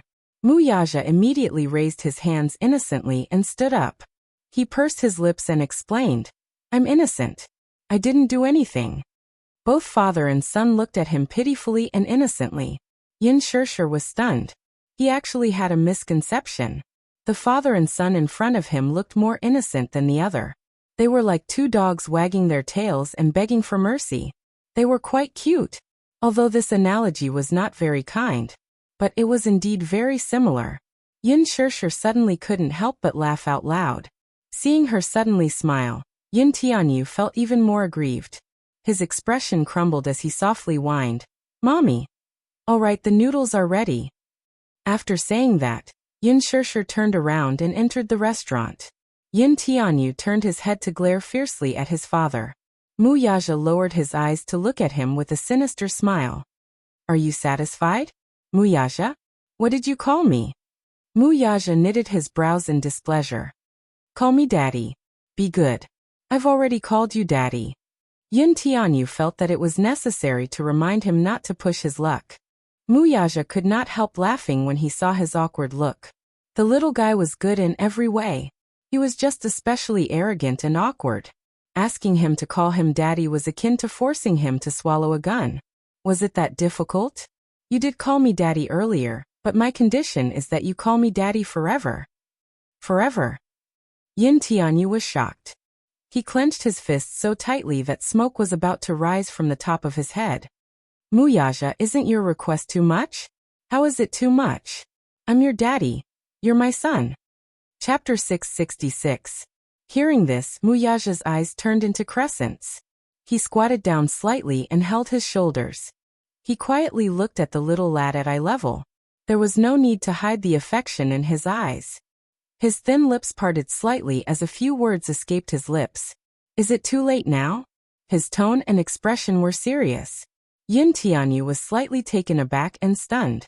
"Is it too late for me to dote on you, pamper you and love you now?" Mu Yaja could not help holding his little hand and gently massaging the back of it with his fingers. The little lad's hand was soft and fleshy. It was the softness of a 7-year-old child. His skin was as white as snow, and the blood vessels under his skin were clearly visible. His fingertips were adorably pinkish. It was hard to imagine that this pair of hands had created so many incredible legends. It was this pair of hands that had destroyed the Pentagon's defense system just a few minutes ago. His son was a genius. Even though he was only 7 years old, his achievements had attracted the attention of the world. It was as if a powerful soul was hidden in his small body. Incredible. This was his son. He should be proud of him. He should be extremely gratified to have such an outstanding and talented son. However, now as he held his tender little hand, Mu Yaja felt a sourness spreading in his heart. His heart ached. His heart really ached for this child. No matter how outstanding his achievements were, there was no doubt that he was only a 7-year-old child. He did not even know how to imagine what kind of childhood he had. While investigating his background and identity, he also received a thick stack of medical reports. According to the reports, the child had spent most of his time in the hospital before he was 3 years old. Congenital heart insufficiency, asthma, past respiratory syndrome. Mu Yaja squeezed his little hand, the heartache in his eyes overflowing. Yin Tianyu was stunned for a moment before he slowly withdrew his little hand from his father's. "It's probably too late, right?" His brows furrowed slightly as he pursed his lips. "I'm already used to it." He was strong enough now. He was strong enough to protect his mommy. The wealth and power he possessed were more than enough to protect this family. "Other than mommy, nothing else matters to me." With that, he slowly turned around, took a deep breath, and left the study room. Mu Yaja's lips curled into a smile as he stared at the man's back. He could tell that the child yearned for his embrace so much. That day in the hospital, when she hugged him, her small hands carefully wrapped around his waist and nestled in his embrace. Although it was only for a moment, she was as obedient as a kitten that had retracted its claws. It was just that he was stubborn and stubborn.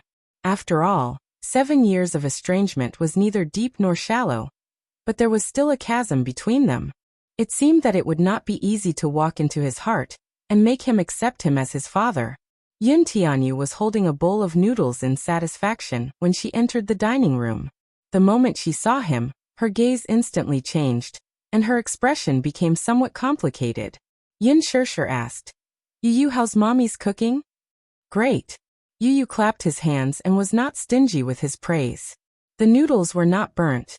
The noodles were not half-cooked, and the taste was not salty or bland. Her cooking had improved. Chapter 667. As long as he did not get food poisoning after eating it, he would like anything his mommy made personally. He would not reject anything. Yin Shirshir also prepared Muyaja's portion. The man sat at the table and took a bite too. His brows furrowed. This time, her culinary skills did not amaze him as much as the previous time. Moreover, there was a little too much salt, so his throat was a little sore. It was not up to standard. What he did not know was that the noodles Yin Shirshir made the last time he tasted it was the best she had ever made. Yin Shirshir noticed his frown and asked anxiously, "What's wrong? It doesn't taste good." Muyaja put down his chopsticks and opened his mouth. Just as he was about to give his review, he was acutely aware of a warning gaze on him. He followed his line of sight and saw Yin Tianyu clenching his chopsticks tightly. His piercing gaze seemed to be warning him that he would only accept 5-star reviews and not negative ones. If you can do it, then do it. If you can't, then don't talk nonsense. It was as if he were to give a negative review of this bowl of noodles, the little lad would blow up the Mu Group's headquarters in a fit of rage the next second. He was simply a mommy protector. Under Yun Tianyu's icy gaze, Muyaja cleared his throat and praised against his will. "Yes, it tastes good." Only then was Yin Tianyu satisfied. Yin Shirshir raised her brow in surprise. "Really? It's really delicious." Yin Tianyu said, "My mommy is a 5-star chef." Muyaja's lips twitched. This flattery was not exaggerated at all. If such a standard was a 5-star chef standard, then all the hotels under the Mu Group should close down. Seeing his strange expression, Yin Tianyu's icy gaze pierced him like a ray. It was as if he was asking, "Why? Are you not convinced?" Convinced. Muyaja hardened his heart, gritted his teeth, and forced himself to finish the noodles. Yin Tianyu, on the other hand, was quietly lowering his eyelashes. Be it his posture or his movements, they were incomparably elegant. He was a living example of an aristocratic little gentleman. It was as if he were not eating a bowl of home-cooked noodles, but was in a high-class Western restaurant. He had a natural aristocratic temperament. Just a bowl of noodles was enough to show that he was an aristocrat. He was not an ordinary person. When Yin Shirshir saw that Muyaja had finished all the noodles, she was delighted. "Doesn't it taste great?" "Very good." Muyaja praised against his will. As he spoke, he took the handkerchief and carefully wiped the corners of his lips. "In our family, Yu's cooking is the best. If there's a chance next time, you should try it." Yu immediately said cutely, "Yu only cooks for mommy." With that, he gave Muyaja a disdainful look. It was as if to say, "Give up. He only cooks for mommy and won't cook for you." This lad, he was too biased. Muyaja's eyes expressed his protest. Yin Tianyu's eyes expressed his protest. He refused to admit, accept, or carry it out. His protest was invalid. The two of them, one eyebrow and one eye, faced each other in the air. They did not speak and only communicated with their eyes. Yin Shirshir watched them exchange flirtatious glances, and was a little confused. However, she couldn't understand why the two of them were exchanging glances with each other. This was probably a special tacit understanding between father and son. After this incident, Yin Tianyu realized with regret that he seemed to have suffered a huge loss. He was actually led by the nose by this man. Chapter 668. Minyu walked up to him nervously and reported, "Chairman Mu, the company's internal network seems to have been attacked by a hacker. It's paralyzed." "Paralyzed?" Muyaja raised his eyebrows and asked suspiciously, "How could the internal network be paralyzed? Did the technical department deal with it?" "This hacker seems to be very powerful. The technical department is currently racking their brains trying to figure out how to fix the loophole." Loophole? He walked into the office and turned on his computer. His computer was the mainframe that connected to the company's network.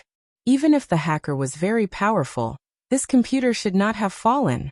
However, in the next second, he was slapped in the face by reality. On the screen, a program window suddenly popped up, and an explosive dance song suddenly rang throughout the office. Uptown Funk. On the screen, along with the music, countless chicks were twisting their butts and dancing on the screen. A few words slowly floated above their heads. Idiot. Idiot. Idiot. Then there was a mocking voice. Ha ha ha. Muyaja's face instantly turned pale. He leaned back slightly and rubbed his smooth chin. There was no need to think about who was the mastermind behind all this. On the screen, a few chicks with arrogant expressions were still waving their handkerchiefs and dancing. Idiot. Idiot. Idiot. Yin Shirshir received a call from Lin Fengtian. At first, when she saw Lin Fengtian's call on the screen, she could not help but feel guilty. Last time, because of Muyaja, the crew had damaged a few pieces of equipment. It must have been a great blow to their vitality. She did not know if Director Lin would blame her. After all, this happened because of her. She really felt guilty. With an uneasy feeling, Yin Shirshir picked up the phone. Lin Fengtian's excited and emotional voice came from the other end of the phone. Shirshir, you are my goddess. Yin Shirshir was confused. What do you mean, Director Lin? I don't quite understand. You don't know? While Lin Fengtian felt strange, he quickly recounted what had happened in the past few days. It turned out that after Muyaja lost his temper, he ordered the crew of the Green Apple to stop filming. The videotapes were also confiscated. The production crew had damaged several sets of equipment, and the film inside had not been exported in time. Lin Fengtian was extremely depressed. Forget about the few damaged equipment, but they were all shots of the campus. It wouldn't be a big deal if they didn't take any more shots when the time came. But the thing that made him depressed was that the scene in the music room that day was simply impeccable. It was exciting. If he could keep this scene, even if he took a few more punches, it would not be a pity.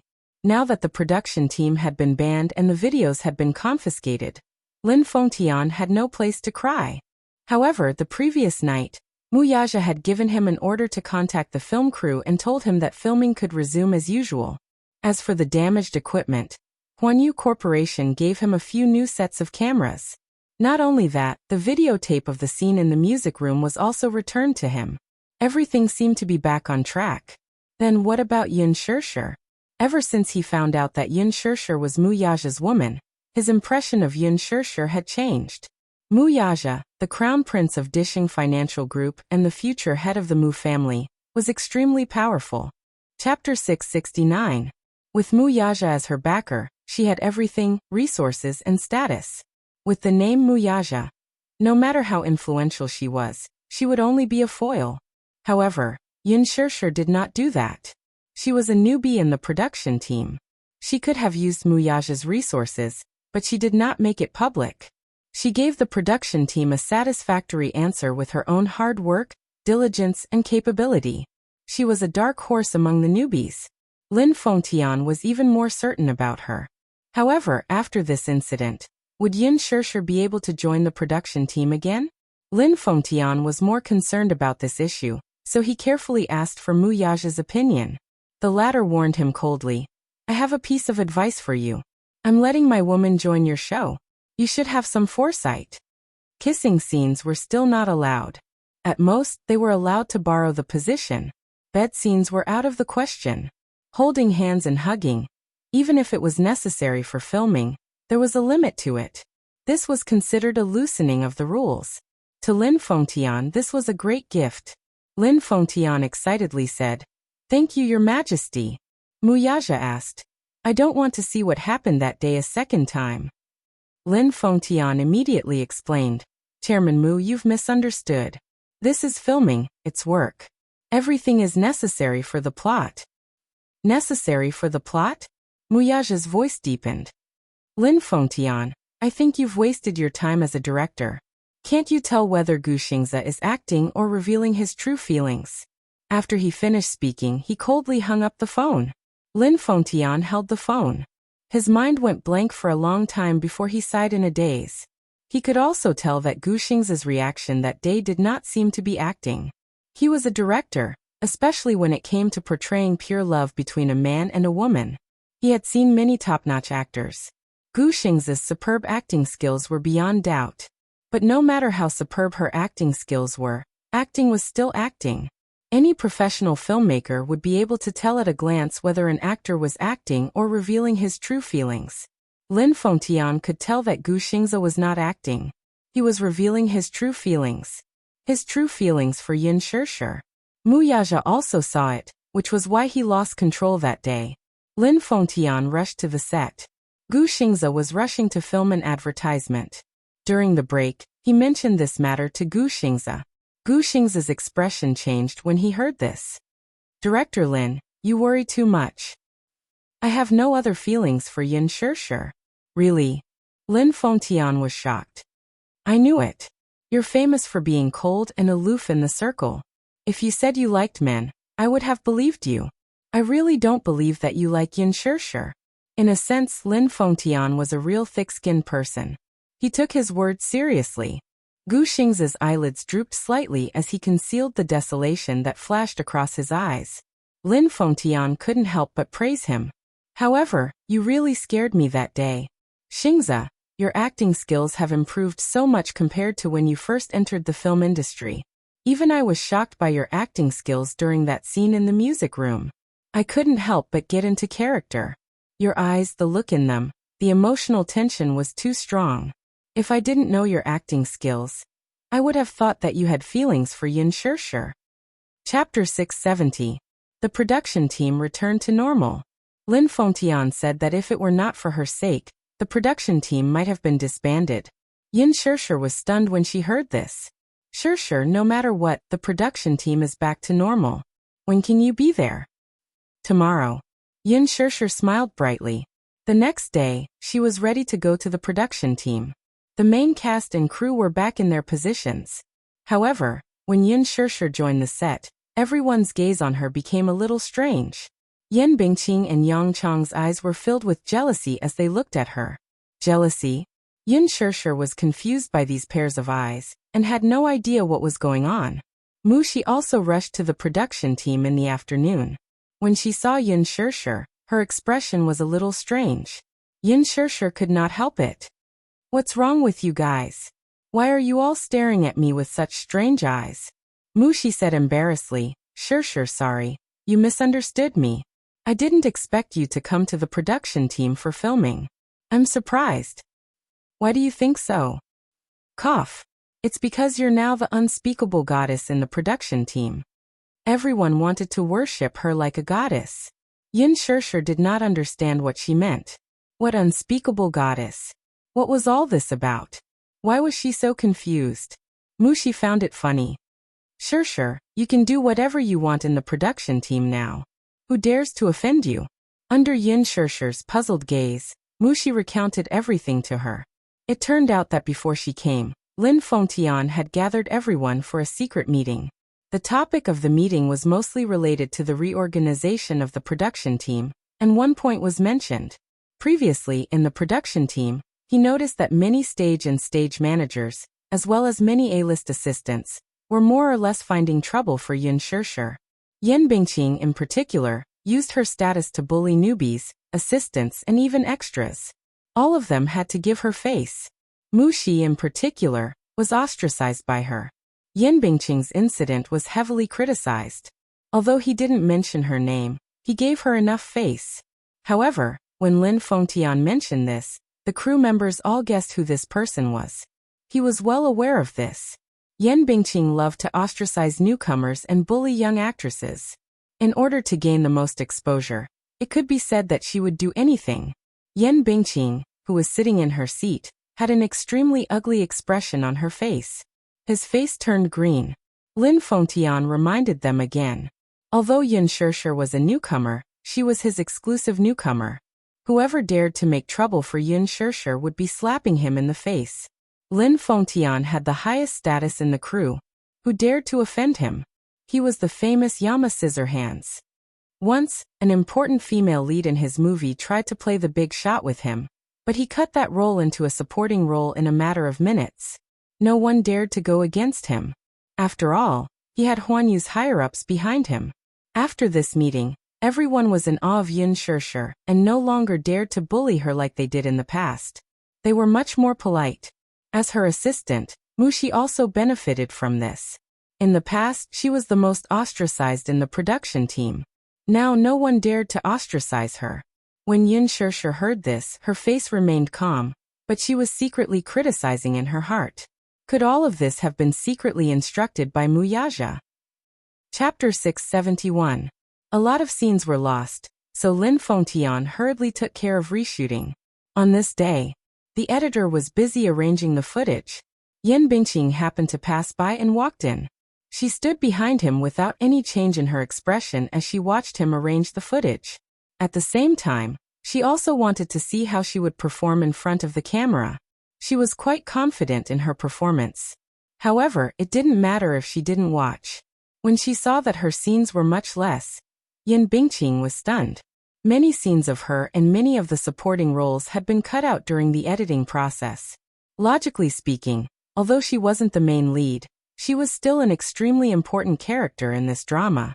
Her scenes weren't any less than Yin Shirshir's.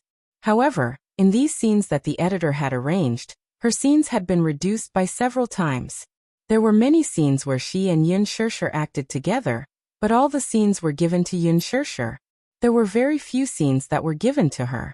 There were many important plot segments, but her camera flashed past them with just a few strokes of the pen.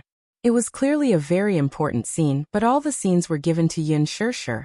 She estimated in her heart that Yin Shirshir's scenes actually occupied a total of 70% of the scenes. The more Yin Bingqing watched, the angrier she became. The anger in her heart was almost twisted. She had nowhere to vent her anger. Yin Bingqing clenched her fists tightly. Her sharp nails dug into her palms and pierced her skin. She bit her lip hard, turned around and left. Not long after she left, Yin Bingqing hurriedly sent a junior assistant to inquire about it. The editor was almost done with his work. The junior assistant brought over some ice water to relieve the heat. She didn't report her background, but casually led him to this topic. "Sir, have you finished editing all these scenes?" The editor was grateful for her thoughtfulness. Now that his work had come to an end, he had the leisure to chat with her. "It's not done yet. It's just that the scenes that were selected will be re-edited later. I just took a rough look and realized that Yin Shirshir has a lot of scenes." "Oh, Director Lin picked all of these," the editor said ambiguously. The assistant had been working for Yin Bingqing for many years, so he was smart. After chatting for a while, and completely dispelling Yin Bingqing's vigilance, he suddenly cut to the topic. "There are several scenes with Yin Bingqing and Yin Shirshir. Why is Director Lin only focusing on Yin Shirshir's scenes and throwing away Yin Bingqing's scenes?" The editor wasn't wary of the probing in her words. Instead, he said bluntly, "I was there when Director Lin chose these shots. I watched him choose them." "Oh, is there gossip? I say, why are you so nosy? Don't ask about anything in the production team." The editor lit a cigarette and narrowed his eyes. The junior assistant was quite pretty. She acted coquettishly in front of him. The editor couldn't resist and said bluntly, "Director Lin said that Yin Bingqing looks too old in some of the scenes. Moreover, she acted as a rebellious high school student like a white lotus." "Oh, I see." The junior assistant listened and noted it down in her heart. "Moreover, you didn't see those scenes with Yin Bingqing. I can't stand it." Chapter 672. But Yin Bingqing is a big shot after all. She's probably a big shot in a scandal. The editor put out his cigarette and couldn't help but tease. She was packaged by the public relations team behind her. Hyping up the topic and snatching exposure, there was really nothing to say about those methods. That face of hers was truly stunning. But she doesn't have any acting skills. Plus, she doesn't have the talent to be an actress and likes to change the script on her own. If it weren't for the fact that Yin Bingqing has a strong backing and landed in the cast, Director Lin wouldn't have picked her for the role. What about Yin Shirshir? When the junior assistant heard this, she felt indignant for her boss. She wanted to use Yin Shirshir as a comparison. When the editor heard this, he winked at her and said, "You don't know Yin Shirshir is now a goddess in the production team. You can't talk about her." "Why can't I talk about her? Does she really think she's a big shot? She's just a newcomer. Why can't I talk about her?" The junior assistant sneered unhappily. "You don't understand this. Yin Shirshir probably has some background. I've been with Director Lin for 9 years. And I've never seen director Lin take so much care of an actress. Look at Gu Xingze. When he first appeared in director Lin's film, he was also scolded badly by him. Yin Shishir is different. Of course, this newcomer has acting skills and is capable. She's also more photogenic than Yin Bingqing. In director Lin's eyes, she must be a treasure. Then what do you think of Yin Bingqing's acting skills compared to Yin Shishir's? The editor smiled contemptuously, but couldn't be bothered to comment further. He only spat out 3 words and asked her in return, "Can they be compared?" The junior assistant returned to the lounge and told Yin Bingqing everything she had found out. She added some details and told Yin Bingqing. Yin Bingqing was so angry that she flipped the table on the spot. This was too much. What did she mean by a white lotus? What did she mean by a vase with bad acting skills? What did she mean by comparing herself to Yin Shishir? Could they be compared? That was too much. Yin Bingqing was so angry that her face was gloomy and ashen. She couldn't wait to rush in front of Yin Shishir and tear this B***tch into pieces, so as to avoid being an eyesore in front of her all day long. She had just debuted, yet she was already able to star in Lin Fengtian's film. Furthermore, she was the female lead. Was she very proud of that? This was not the only thing she hated the most. What kind of dog**t luck did Yin Shishir have? Not only did Lin Fengtian praise her so much, but she even managed to get a gold medal team like Qin Zhou to join her. Over the past 2 days, Yin Shishir's behind-the-scenes footage on Weibo had caused a lot of heated discussions. Yin Shishir's behind-the-scenes photos of her wearing a school uniform once dominated the hot search list. Yin Shishir's performance as Yin Xiaochuan satisfied all fans of the original novel's fantasies. Even the author of the original novel reposted the post. "This is the Yin Xiaochuan in my heart, invincible in youth." Qin Zhou even made use of the resources in his hands to release press releases for several days in a row, wantonly promoting Yin Shishir. In the press releases, he praised Yin Shishir and did not forget to trample on her and Yang Mi, using them as a stepping stone. This Qin Zhou's packaging skills were top-notch, and his methods of promoting were top-notch. Even if the public relations team behind Yin Bingqing did not want to be outdone, and also release press releases to trample on them, they could not withstand Qin Zhou's overwhelming press releases at all. Why? It was because Qin Zhou had close ties with almost all the major media companies. Back then, he had relied on Gu Xingze's golden resources accumulated over the past 10 years. Now almost all of them were spent on Yin Shishir. He spent a lot of money. Chapter 673. Putting this aside, the main point was that with Qin Zhou's status and backing, who would dare to go against him? Yin Bingqing's team had just released a few articles about Yin Shishir when Qin Zhou ordered his men to replace them. There was no room for negotiation at all. Yin Bingqing, Yang Mi, and the rest were furious, but they did not dare to say anything. Offending Qin Zhou was undoubtedly courting death. Qin Zhou and Gu Xingze had held Huanyu shares in their early years and had a seat on the company's board of directors. They were also part of the company's upper management. If they offended the company's upper management, they could be banned or frozen in a matter of minutes. Yin Bingqing did not dare to go against Qin Zhou. Hence, she allowed the manager to consume her exposure to boost Yin Shishir's popularity. However, now that even her scenes with Yin Shishir were edited to such a ridiculous state, Yin Bingqing could no longer sit still. She was too aggrieved. She had never been so aggrieved before. This Yin Shishir was so capable. A newbie was being held in such high regard. What capabilities did she have to make Qin Zhou support her so much? However, despite Lin Fengtian's repeated orders, she did not dare to make things difficult for Yin Shishir. The bird that pokes its head out will be shot. Many people were jealous of Yin Shishir, and there might even be someone who would teach her a lesson. However, it was difficult for her to vent her anger. She could not offend Yin Shishir, but she could not vent her anger on her assistant, right? Hence, during lunch, Yin Bingqing accidentally splashed the boiling hot tea in her cup onto Mu Xi. Mu Xi screamed in pain. When she lowered her head, her arm was instantly scalded red by the tea. The sun was scorching hot now.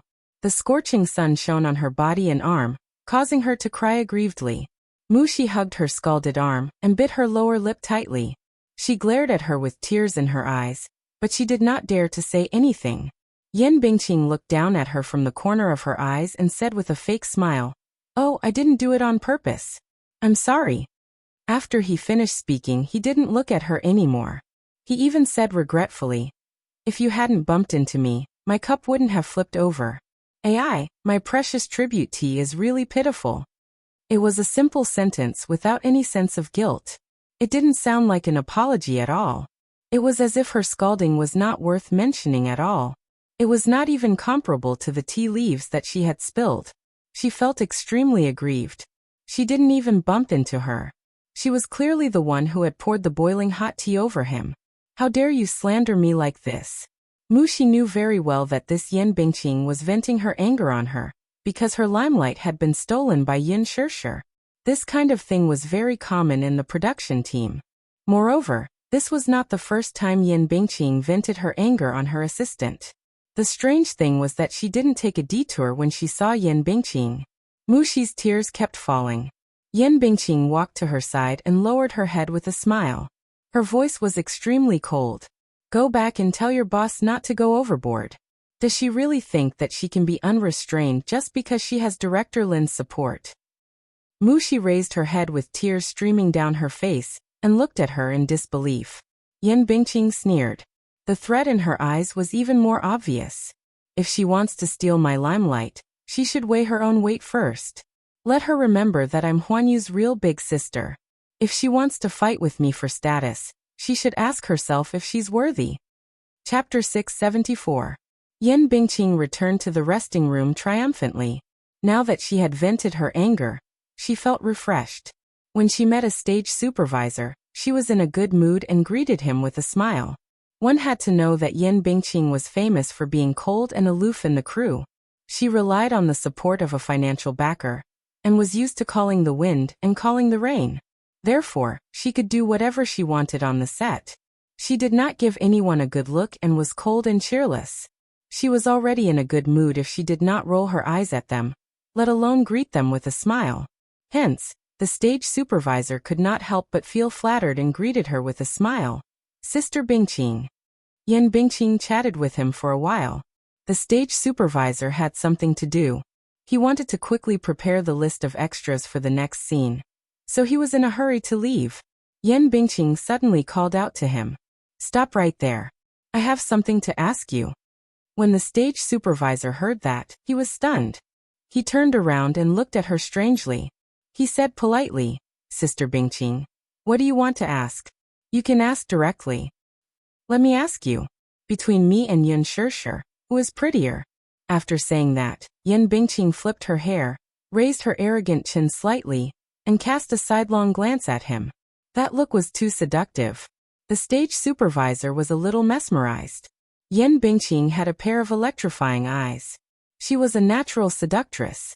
However, when he came back to his senses and heard what Yan Bingqing had asked, he was stunned.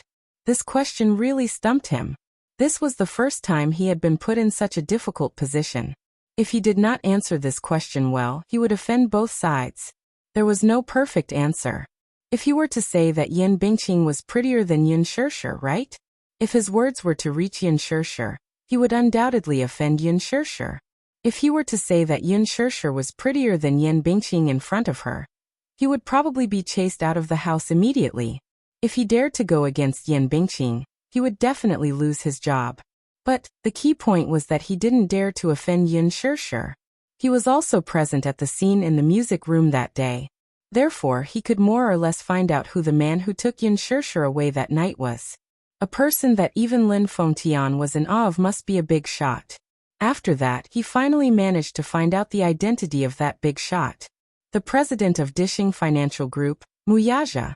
He was just a small stage supervisor, so naturally, he had never seen such a big shot like Muyaja. There was no doubt that Yin Shirshir had a close relationship with him. Those who worked in the film set were naturally shrewd people who knew better than to offend others. Otherwise, he wouldn't be able to survive if he had some background. The stage supervisor was momentarily at a loss as to how to answer. His slow response annoyed Yan Bingqing. "Is this question difficult to answer? Or are you saying that Yin Shirshir is prettier than me?" "Sister Bingqing, you're making things difficult for me.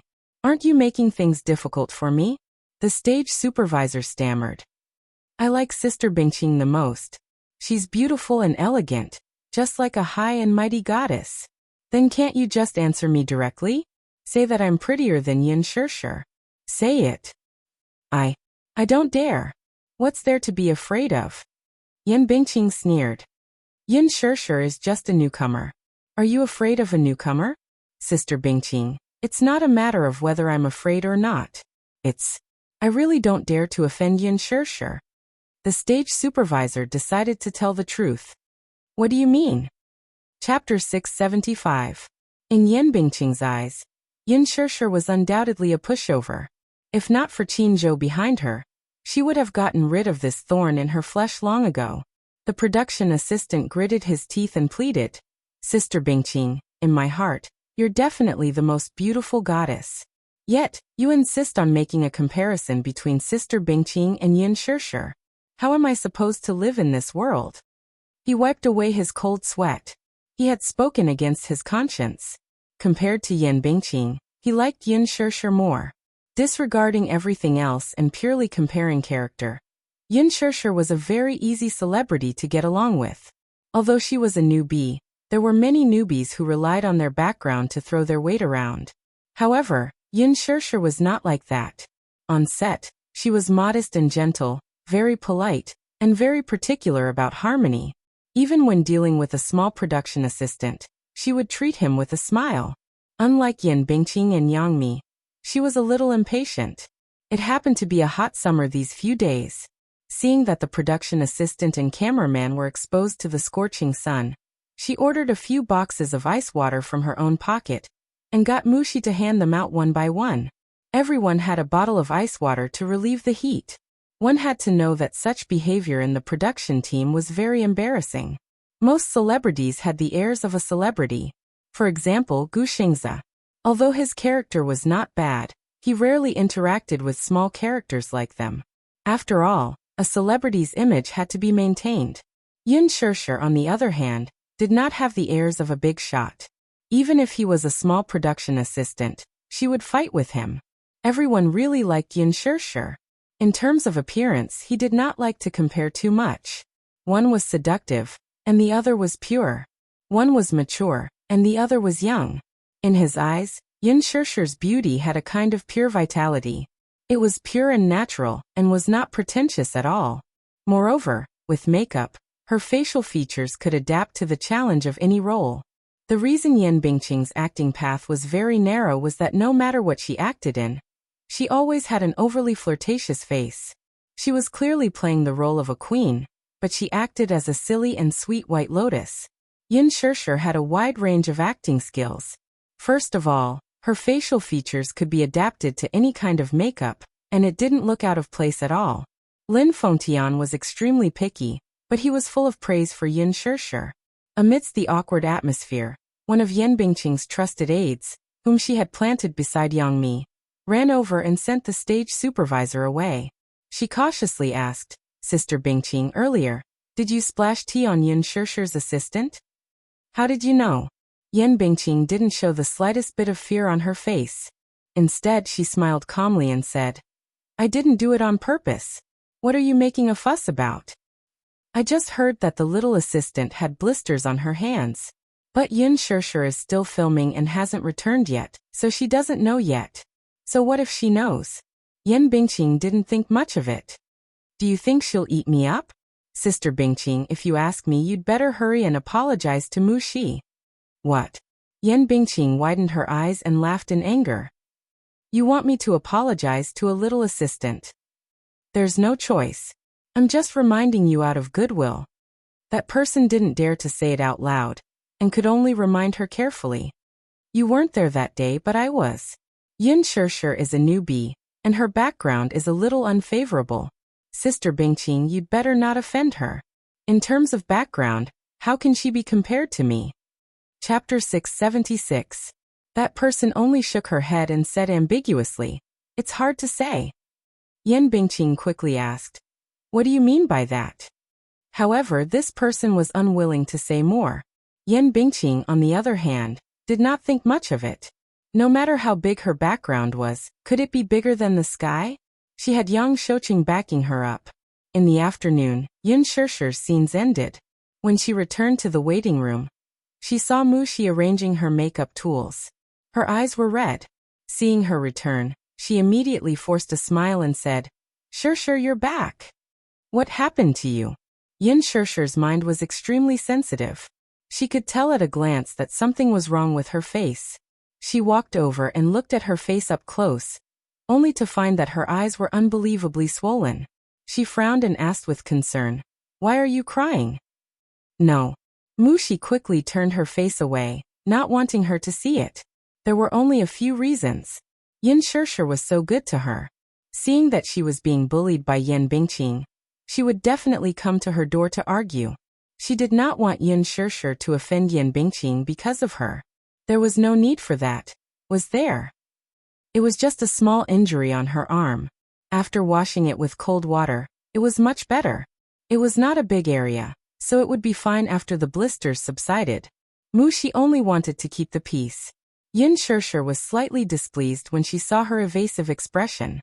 "Moo, what's wrong with you? Why do you look a little weird? Who bullied you? Tell me directly."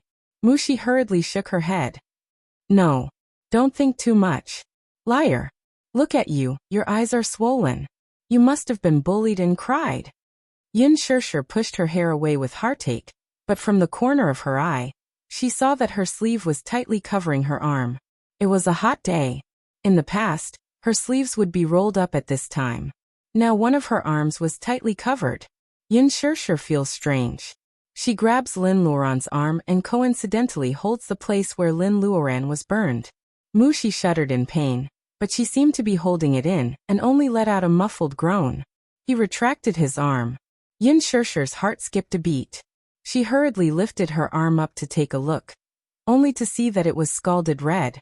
Startled, she immediately asked, "What's going on?" "I'm fine. I accidentally scalded myself." "Who did this?" Yin Shirshir raised her voice slightly. Mushi's body trembled. Seeing that she was angry, she had no choice but to confess everything that had happened earlier. Yin Shirshir was so angry that her face turned ugly. How can she be so outrageous?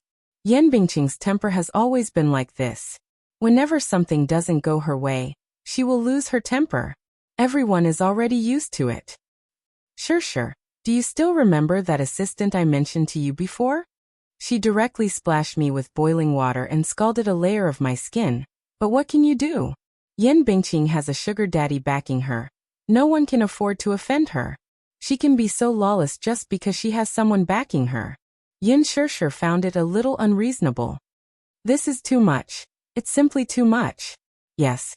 No one dares to offend her though. It's already considered good that I was splashed with tea by her. She's used to being lawless and arrogant." "You can bully me. You can't bully my people." Yin Shirshir pulled her hand and walked out. Mushi exclaimed, "Shirshir, where are you going?" Chapter 677. She had only been away for half a day, yet she had already dared to bully her. Yen Bingqing was too much of a bully. Mushi stubbornly refused to leave, and repeatedly told her to forget about it. "Shirshir, we don't have to offend her. Yen Bingqing's influence is quite big. Quite a few young actresses are suppressed by her. She usually associates with many rich and powerful young masters. We can't win against her. I'm not going to become enemies with her. I'm just trying to reason with her," Yin Shirshir said unhappily. "Reason?" Mushi laughed and said helplessly. "This industry is like this. There's no reason. It only cares about whether you have the ability, power, background, backing, and resources. People in this industry only care about this. Reason is a joke in their eyes. I don't want to cause trouble for you.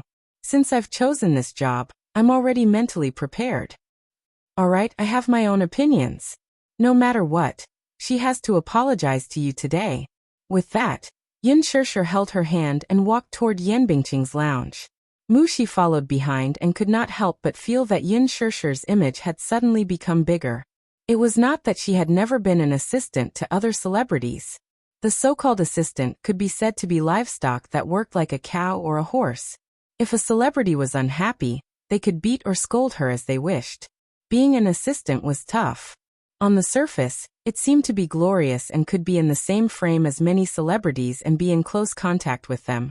But in reality, being an assistant was the most difficult and the most vulnerable.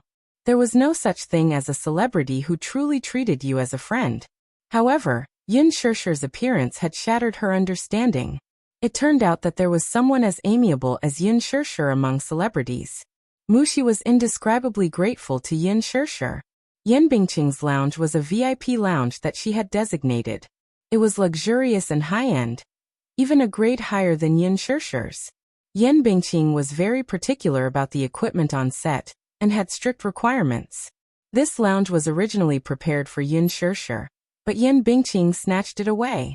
Yin Shirshir didn't care and gave it away. Anyway, it was just a lounge. To her, it didn't matter at all. At the entrance of the lounge, Yin Shirshir walked in as if there was no one else around. Yan Bingqing, who was in the midst of putting on makeup, had a rough idea of what was going on when she saw her walking in with Mushi. She had long expected this to happen. She wasn't afraid that Yin Shirshir would come looking for her.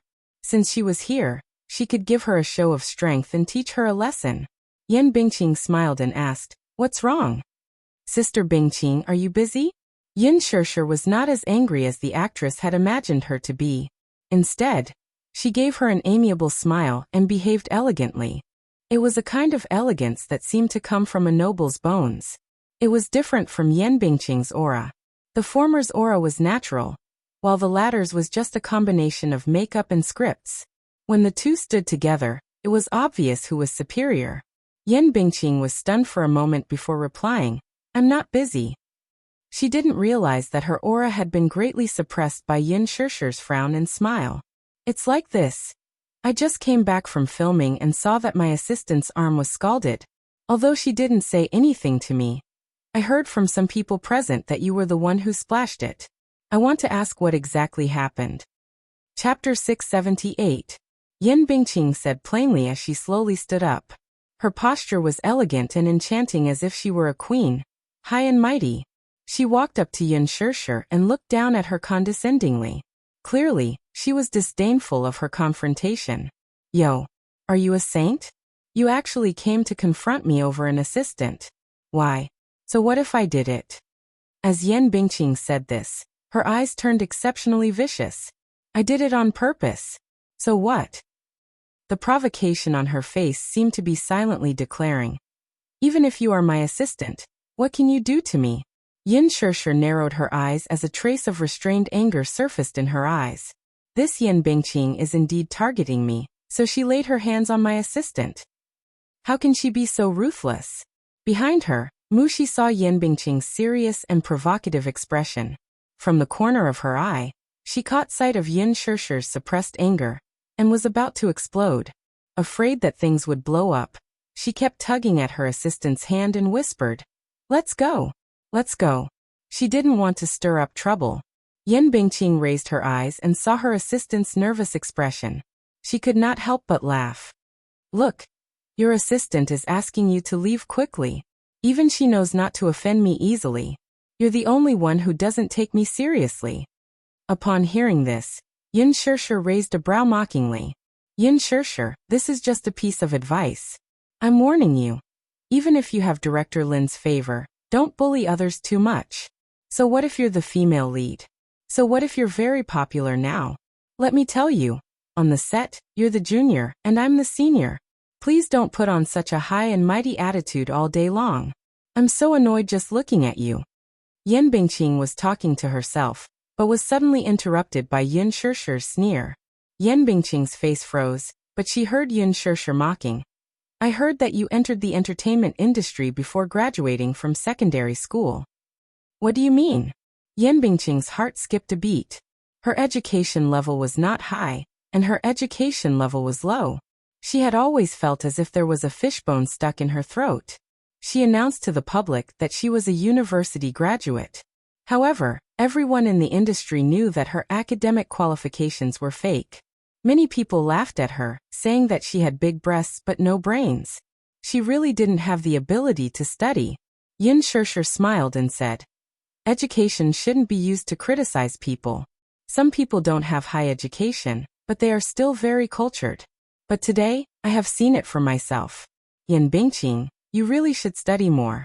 Otherwise, with your IQ and EQ, it would be really difficult to communicate with you. You. Yin Shishir smiled faintly. It's really scary to be uncultured.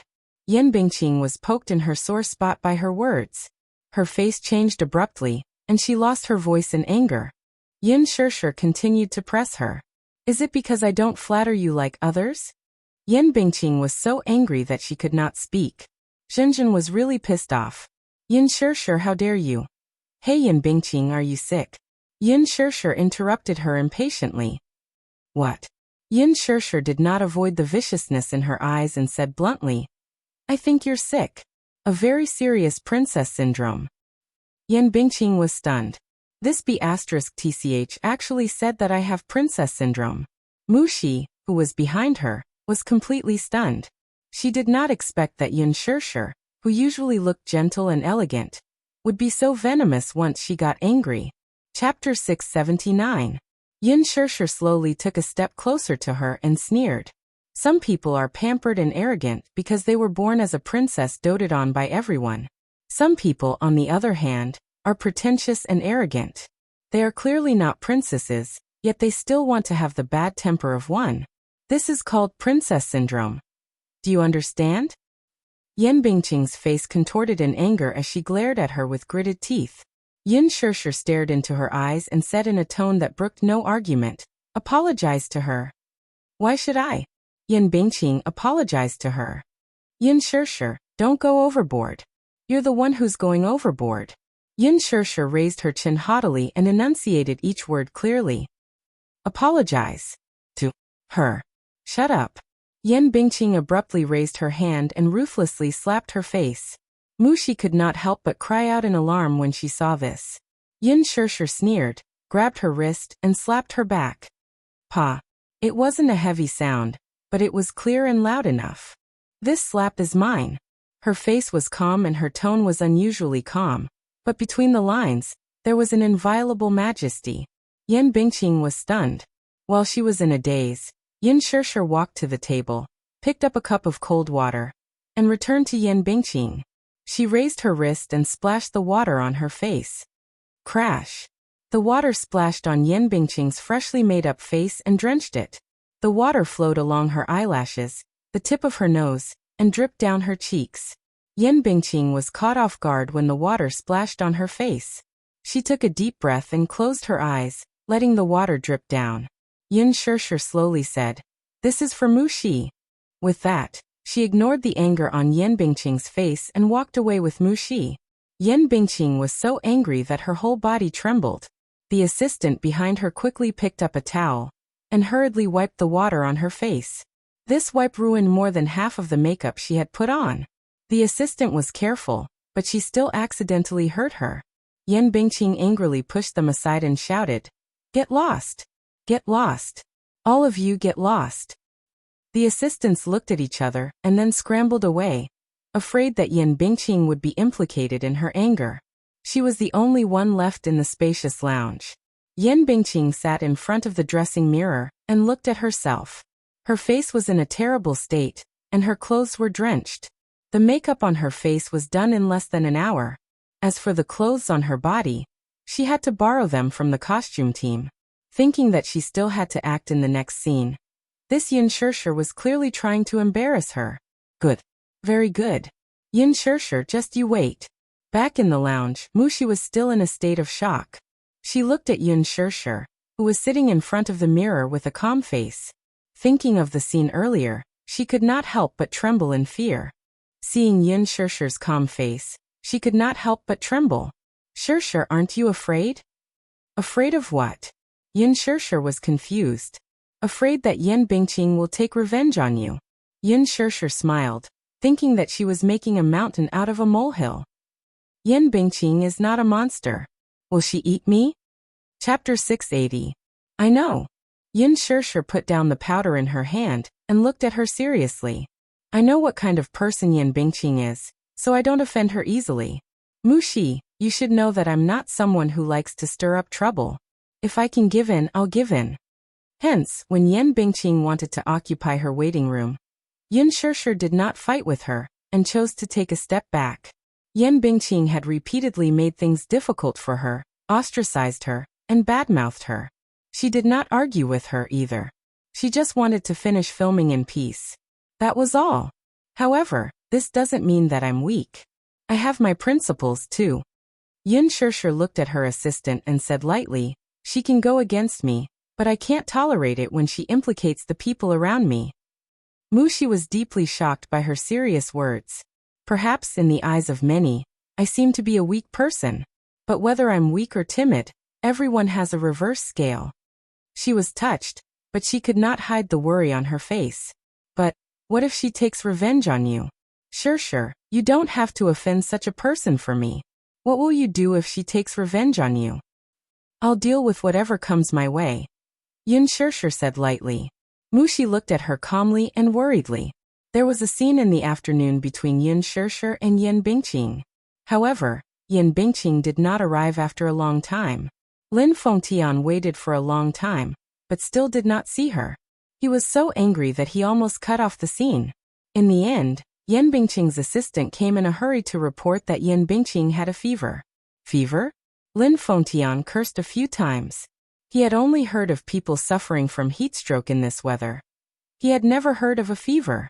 He did not know what she was up to now. Forget it. Lin Fengtian hurriedly arranged for the next scene. Because Yan Bingqing was sick, this scene could only be postponed. Yin Shishir frowned suspiciously. She didn't know what Yan Bingqing was up to. Could it be that she had caught a cold and had a fever after splashing a cup of water on her? He was too weak to stand up to a gust of wind? Mu Shi whispered into her ear. Sure, maybe she didn't have time to touch up her makeup and got her clothes wet. She's afraid that the director will blame her, so she found an excuse. Only then did Yin Shishir come to a realization. After filming in the afternoon, Lin Fengtian announced the end of the day's filming because the weather was too hot. For the past few days, the filming had been going very smoothly. Lin Fengtian was in a good mood and suggested that he invite Gu Xingze and Yin Shishir to have a meal together. He felt that ever since that incident, there was something strange between the two of them. Everyone was very engrossed in filming, but after filming, Gu Xingze and Yin Shishir had almost zero interaction. Even when filming, Gu Xingze was absent-minded from time to time, sometimes forgetting his lines. Although these were small mistakes, Lin Fengtian noticed them. Thus, he pondered for a meal to let the two familiarize themselves with each other. Yin Shishir apologetically refused. Director Lin, I'm sorry, I still have something to do back home. What is it? I still have to take care of my father when I get back. In fact, Yin Yeqing had rushed back to his hometown to attend the funeral. She was worried about leaving the little lad alone at home. Although Li Hanlin was fetching him to school, it was rare for it to end so early, so she wanted to rush back to give him a surprise. Naturally, she could not be frank with Lin Fengtian about this. Chapter 681. When they reached home, Yin Shishir purposely walked softly in order to give little Munchkin a surprise. The moment she entered the house, she saw the school bag on the sofa. Yin Shishir walked into the kitchen and didn't see little Munchkin. Instead, she saw the groceries she had bought from the market placed on the countertop. She glanced at it. It was a sumptuous meal of meat and vegetables. Yin Shishir walked to the study and pushed the door open. Little Munchkin was scrolling through Weibo in the study. These 2 days he had been paying attention to the official Weibo of the Green Apple. Mommy left early and returned late because of filming. He rarely had the time to spend with Mommy like before. He could only follow Mommy's progress on the set through the behind-the-scenes photos that were posted on Weibo. Hearing the door open, he looked up in shock. When he saw that it was Yin Shishir, he was surprised. Mommy, you're back. As he spoke, he flew into her warm embrace. Mommy, you missed you so much. Little fool, Mommy and you haven't seen each other for a day. Yin Shishir scratched his nose, not knowing whether to laugh or cry. Yu lifted his little face and replied in all seriousness. How could that be? Why do I feel like I haven't seen Mommy for a year? Is it that exaggerated? It's called a day feels like a year. Mommy is stupid. Yu smiled gently and planted a kiss on her cheek. Mommy, Why are you back so early today? Because I missed my Yu. Yin Shirshir couldn't help but pinch his cheeks. They were chubby. They felt good. She couldn't help but pinch them a few more times. Little Munchkin didn't look aggrieved at all. He looked at her with a smile as if he was an adorable doll, obediently allowing her to do whatever she wanted to him. Little Munchkin seemed to have put on some weight recently. At least his face wasn't as thin as before. It was chubby and cute. Aya. How can my Yu be so cute?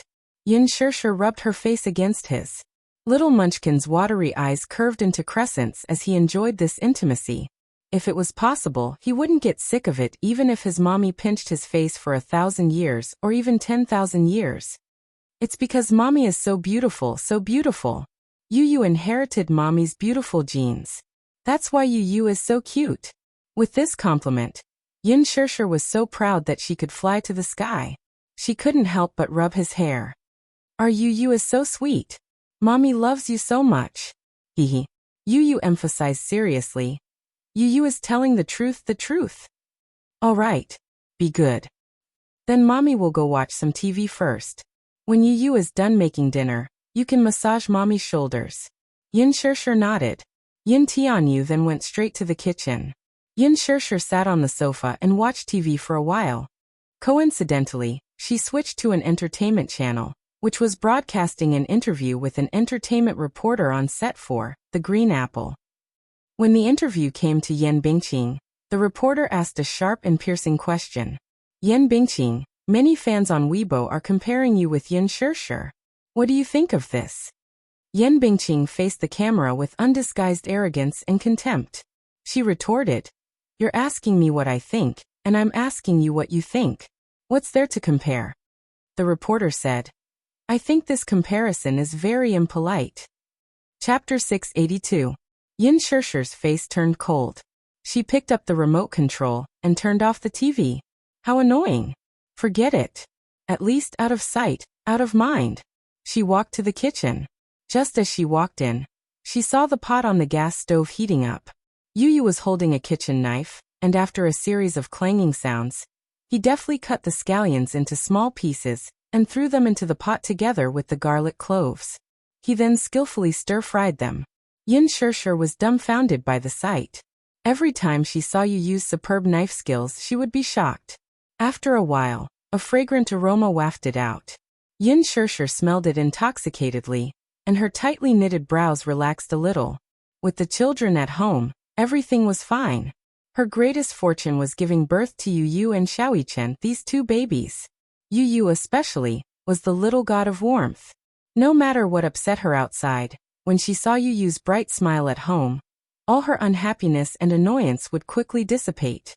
Her little god of warmth seemed to have mastered some magical magic. He always had the ability to disperse her negative emotions. How nice! This was probably the so-called happiness. Yin Shirshir did not know how other children of this age were like, but she felt that Yu was only 7 years old. Was he too precocious? Yin Shirshir was deep in thought. Was she not a good mother? While she was deep in thought, Yin Tianyu had finished cooking a dish. When he turned around, he saw her standing at the door with a strange look on her face. He could not help but raise a brow. Mommy, what's wrong? Yin Shirshir came back to her senses at once. Nothing. Did I disturb you? The corner of his lips twitched. No, it's just that the kitchen reeks of oil and fumes. Mommy should go out, or else you'll become a haggard old woman. Oh. Yin Shirshir was amused by him. What haggard old woman? Aren't you afraid that you'll be affected by the smoke? Yin Tianyu smiled elegantly without saying a word, but his eyes seemed to say, Who asked me to be so unlucky to have a mommy who is not good at housework? Yin Shirshir was shocked by his gaze. Hey, I protest. You're obviously mocking mommy with that look in your eyes. But Yu doesn't dislike mommy for that. As he spoke, he picked up the vegetables at the side and poured some water to wash them carefully. Didn't Yu say this before? Mommy is in charge of being beautiful and Yu is in charge of raising the family. When Yin Shirshir heard this, she didn't know why. Even though it was clearly a joke, she vaguely felt guilty towards Yu. Hence, she walked behind Yu and hugged his soft body. Yu, actually, mommy also thinks that I'm not good enough. Yu was startled and immediately retorted. Who said that? Who said bad things about mommy? It must be Muyaja. That man must have accused mommy of being irresponsible in front of mommy. At this moment, a certain man in the Mu Group CEO's office sneezed elegantly. He was shot in the crossfire. Yin Shirshir shook her head. You don't have to cook anymore. Let mommy do it. No. Yu rejected her outright. Huh. Why? Yin Shirshir was baffled. Mommy's cooking is actually very delicious. It's just that sometimes mommy's cooking will be a little substandard. It's just that sometimes. She earnestly defended herself. Yu, however, said, Yu thinks that it's a very blissful thing to let mommy eat Yu's cooking. Huh. Yin Shirshir was stunned. Chapter 683. As he spoke, he turned around and hugged her waist with a gentle smile. To capture mommy's heart, you have to start from her stomach. That way mommy will rely on Yu. She can't leave Yu. In his world, more often than not, he would experience the intrigue of others, the darkness of the world, and even the bloodshed of the world, much earlier than other children. His heart seemed to be divided into two extremes. On one side, he was scheming, dark, and had the world in his hands. On the other side, he was naive, kind, and even pure. However, this side of him was only for Yin Shirshir. It could be said that in his heart, his mommy was the last piece of pure land. He also tried his best to protect her and not let her be tainted by any trace of darkness in this world.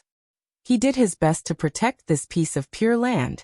In front of Yin Shirshir, he always maintained the most innocent and pure side of a child.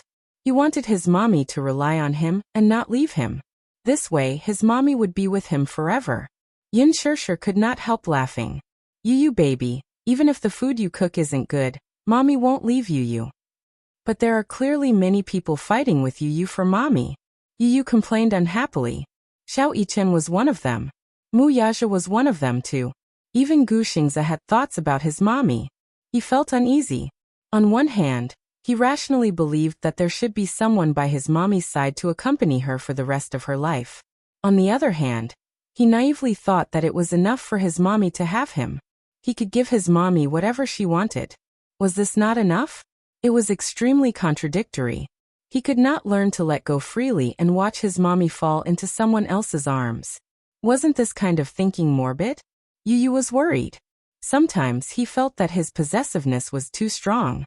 He knew that this kind of thinking was irrational and unrealistic, but he could not control himself. He was a little conflicted. Mommy was his family. He could give her love, but he could not give her the love of a lover. He shouldn't be so selfish.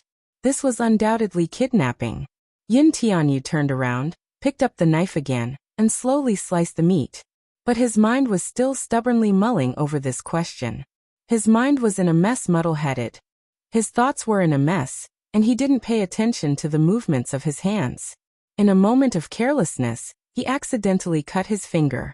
Yu was still immersed in his thoughts and did not notice the sharp pain coming from his fingertips. When he came back to his senses, he lowered his head and saw that the chopping board was already dyed red. Sensing the sharp pain coming from his hand, he looked at his fingertips in a daze. Blood was already flowing out. Yin Tianyu's lips parted, but he remained silent. He didn't feel much pain. Startled, Yin Shirshir hurriedly grabbed his hand to take a closer look. Fortunately, the wound was not deep and was only a shallow cut. She cleaned the wound for him, took out a bandage and bandaged it for him. Why were you so careless? Yin Shirshir asked with a frown. Yu was startled and shook his head. He was distracted and thinking about something just now, so he did not pay attention. Go sit on the sofa first. Leave the rest to mommy. Yin Shirshir said as she carried Yu to the sofa. Yu pursed his lips and nodded obediently. Chapter 684. After serving the dishes, Yu sat at the dining table and looked at the sumptuous spread on the table with a blissful smile. Yin Shirshir was wearing the same teddy bear apron as Yin Tianyu's. This was personally chosen by Yu. He liked this design very much. Just as Yin Shirshir sat down at the table, the doorbell rang. The mother-son pair looked at each other strangely. Who could it be? Father? A few days ago, he went back to his hometown for a funeral, and said that he would only be back half a month later. Could he be back early now? Yin Shirshir got up and walked to the door. Just as she opened it, a cute little head poked in. Xiao Yichen poked his head in first, as if to inquire about the situation. When he looked up, he bumped into Yin Shirshir, who was standing at the door in surprise. He opened his mouth and wanted to call out "Mommy," but he had always been a dull and shy person. He didn't know how to play tricks or act cute, so he couldn't force a word out of his mouth even after a long time. Xiao Yichen could not help feeling a little embarrassed. He had clearly prepared himself mentally. Even if he did not utter a single syllable, from the way his lips moved, it was clear that he was calling out "Mommy." Yin Shirshir saw it. She could not help laughing. This child was quite shy. The little lad's sudden visit surprised her, but more than that, she was delighted. "Why are you here?" Yin Tianyu heard the commotion, and could not help turning his head to take a look. When he saw that it was Xiao Yichen, the satisfied smile on his face faded a little. Why was it him? Muichen. Why was he here? Muichen walked in obediently, and Mu Yaja followed closely behind. A certain man said righteously, "I wanted to bring Xiao Yichen to visit the set, but I received news that filming ended early today." Subtext. "That's why I brought the child here to freeload." Yu gritted her teeth in anger. This father and son pair were blatantly freeloading. Shameless. She looked at Mu Yaja's relaxed expression. Had the Mu Group's network been fixed? It seemed that he had been too lenient last time. In just a few days, it had been repaired. Next time, he would not be so lenient. At the thought of Mu Yaja's black-bellied expression when he threatened him previously, Yin Tianyu bit down hard on his chopsticks in extreme displeasure. Mu Yaja glanced at Yin Tianyu the moment he stepped through the door. As if to provoke him, he raised a brow and said coldly, "One day." His words were filled with provocation. Yin Shirshir and Muichen were both confused. Obviously, they didn't know what he meant by that. Yin Tianyu understood though. One day. It was repaired in just one day. This was a provocation. Sure. Was this man issuing him a challenge? If that was the case, he would destroy the Mu Group's network later, and see what he could do about it. Mu Yaja seemed to have seen through his thoughts. With a devilish smile, his eyes taunted him. "Try it." The father and son stared at each other in the air. Instantly, sparks flew and smoke filled the air. Both men's auras were unbelievably strong. That terrifying aura instantly spread to every corner of the living room. Even Yin Shirshir could feel the silent confrontation between the father and son, which was filled with smoke. It was too scary. Chapter 685. She said that she wanted to see Xiao Yichen, and make up for Xiao Yichen's childhood where he lacked motherly love. Mu Yaja then brought the little guy over. Xiao Yichen's arrival was unexpected and, at the same time, elated. Yu, on the other hand, was unhappy. Even after exchanging pleasantries, Yu's gaze on Xiao Yichen remained apathetic. Yin Shirshir broke out in a cold sweat. "Xiao Yichen, are you hungry? Do you want to eat first?" Xiao Yichen shyly pursed his lips and nodded. Yin Shirshir then carried Xiao Yichen to the dining table. Alas, the moment her hands picked up little Yichen, something happened. Yin Tianyu's gaze instantly shifted to Xiao Yichen. Stare, like a tiger eyeing its prey. Even though Xiao Yichen did not see Yin Tianyu's frosty gaze, he could still feel the immense pressure. It was like a sharp stab in his back. It was as if countless needles were pricking his body. Xiao Yichen shuddered all of a sudden. Yin Shirshir was a little helpless and could not help casting an innocent look at Yin Tianyu. Seeing his mother pleading with him with her eyes, Yu restrained himself a little. However, he still laid out a condition. "Mommy, sit beside Yu." He patted the seat beside him. Yin Shirshir immediately sat beside him. She felt helpless. She knew that her Yu was jealous. In a way, he had inherited his father's ruthlessness and overbearingness when jealous. There was no doubt that he was exactly the same. One look and one could tell that he was his biological son. Yin Shirshir clapped her hands. "All right, let's eat." Then there was an awkward silence. The dining table had become a chaotic battlefield between the father and son. The gazes of the three men constantly crossed over the dining table. The atmosphere suddenly plummeted and turned into an ice cellar. It would not be an exaggeration to describe it as the glint of swords and the smell of gunpowder. Her smile froze at the corner of her mouth. Yin Shirshir's smile turned cold as she watched the father and son cross gazes. She broke out in a cold sweat. Did they have to be like this? They were clearly father and son. They were father and son. Why were their eyes turning red the moment they met like enemies? Yin Shirshir turned to look at the other's eyes and laughed helplessly. You. Let's eat, she said. You. Let's eat, Mommy. Yu pointed at Muyaja and complained. This uncle is glaring at me fiercely. You use. You use of you. Use. He only knew how to complain. Yin Shirshir was naturally on Yu's side. She raised her head and gave Muyaja a warning look. Muyaja, that's enough. Eat properly. Muyaja did not say a word and merely raised a brow. He was really wronged. This brat was clearly abusing his power to bully others. Yin Tianyu suddenly acted coquettishly at the side. Mommy, feed you. Yin Shirshir nodded and took his mini rice bowl. Muichen also acted coquettishly at the side. I want to feed too. Me too. Muyaja also joined in. Yin Shirshir rolled her eyes helplessly. Hey, that's enough. Do you think I have 3 heads and 6 arms? Yin Tianyu said angrily. Mommy, don't bother about them. Muichen only kept blinking innocently and pitifully at Yin Shirshir. Every pitiful look was undoubtedly a blow to her heart. Yin Shirshir could not help feeling sorry for him. Muyaja said, Xiaoyichen, Mommy won't feed you. Daddy will feed you. Xiaoyichen pitifully cried, Woo! I don't want Daddy to feed me. Chapter 686. Mommy. The atmosphere froze for a moment. Everyone was taken aback. Xiaoyichen realized that he had inadvertently called out to her. He pursed his lips shyly and innocently knitted his brows. Yin Tianyu stared at Xiaoyichen in a daze.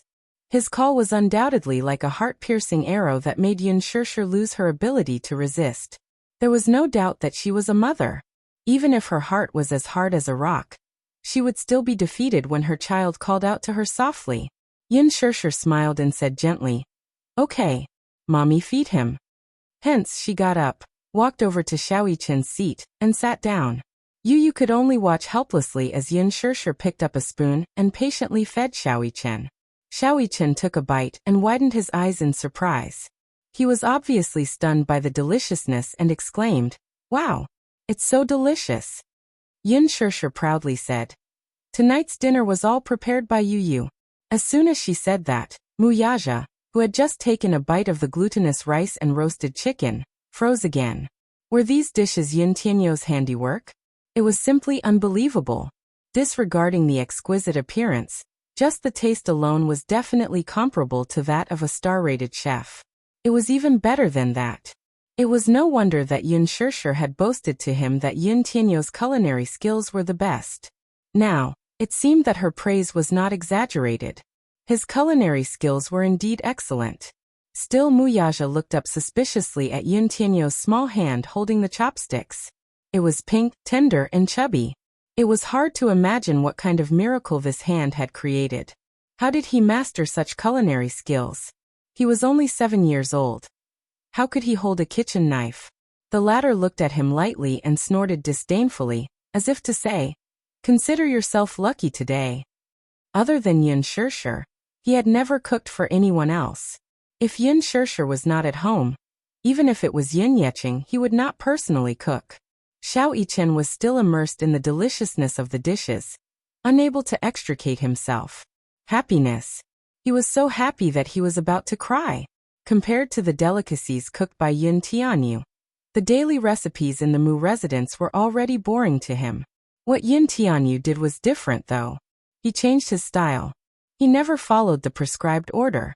Therefore, as long as he was the one cooking day after day, year after year, he would never get tired of it. Xiaoyichen felt that he was done for. It seemed that his younger brother's cooking was very suitable for him. Now that she had fallen in love with this flavor, she was afraid that whatever she ate would be tasteless when she returned to the Mu residence, right? Xiaoyichen's appetite was greatly stimulated. Yin Shirshir couldn't help but be surprised. This child's appetite was not bad. He had already finished 2 bowls of rice. She was happy for a moment. She actually forgot about Yin Tianyu, who had not eaten a single grain of rice. Yu Yu sorrowfully felt that he had really fallen out of favor. His mommy only cared about Xiaoyichen and did not care about him. He deliberately did not eat a single mouthful of rice, hoping that his mommy would notice his unhappiness and coax him. He had been staring at her for a long time, but his mommy acted as if she did not see him, and continued to play with Xiaoyichen. Yin Tianyo's eyes were filled with grievance and resentment. They were about to burst out of his eyes. This father-son pair was simply too despicable. They must be doing it on purpose to monopolize mommy. Chapter 687. He hated them the most. Snatching his mommy, Yu Yu meekly called out, "Mommy!" Out of the corner of his eye, he saw a figure move. Yu Yu looked up and saw Muyaja sitting beside him with his palm gently covering his adorable little head. "Are you angry?" Yu Yu turned his face away in a fit of pique and ignored him. Muyaja, however, pinched his chin and forced him to look at him. "Daddy is talking to you. It's impolite to ignore Daddy," Yin Tianyu snorted. "Did I admit that you're my daddy? Don't flatter yourself." He was proud and awkward deep down. His stubbornness was quite similar to his mommy's. "You're shy." "No, I'm not." "You."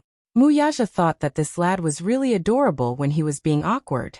"Next time cook for daddy too, okay?" "No, I'll only cook for mommy. Don't even think about it." Yin Tianyu stuck out his tongue provocatively at him. "Dream on." Muyaja lowered his eyes to look at him. Suddenly, he used a pair of chopsticks to gently pinch the boy's little pink tongue. "Yu, is this man a pervert? Is it fun to tease me like this?" "Interesting." Muyaja seemed to have seen through his thoughts as he commented nonchalantly. "Muyaja, are you a pervert? It's not cute for a child to talk like this. Besides, if I'm a pervert, what are you then?" If he said that he was a pervert, then he was his son. Was he not a little pervert too? In fact, he even suspected that this son of his had a genetic mutation. If not, how could he be so abnormal? Unexpectedly, Yin Tianyu casually replied, "I'm a genius. Unlike you, I'm a genius. You're an old pervert, the most perverted kind." Muyaja retorted, "You're a genius. Don't you have my genes to thank?" "Thank you? If it weren't for your genes, I might have been better. You're so cute. Shouldn't you thank me?" "Muyaja, open your eyes and look carefully. I obviously inherited more of my mother's beauty. I despise you. You're so smart because you inherited my genes. Then why don't you explain why Mu-I-chen is so stupid?" Mu-I-chen, who had been eating quietly at the side, was a little hurt. He felt as if he had been shot while lying down. Muyaja righteously defended his debao. "How is he stupid? If you ask him to calculate 1 plus 2 plus 3 plus 4 plus 5 plus 6, he can't wait to count his toes. I'm smart because my mommy taught me well, unlike Mu-I-chen, whose IQ is trampled under his feet every day." Mu-I-chen's pinkish face scrunched up sadly, feeling hurt. The father and son bickered with each other. Muyaja bitterly realized that he thought he had a sharp tongue, but when compared to Yin Tianyu in this aspect, he was nothing. He could only be crushed by Yin Tianyu. There was an old saying, "The older the ginger, the spicier it is."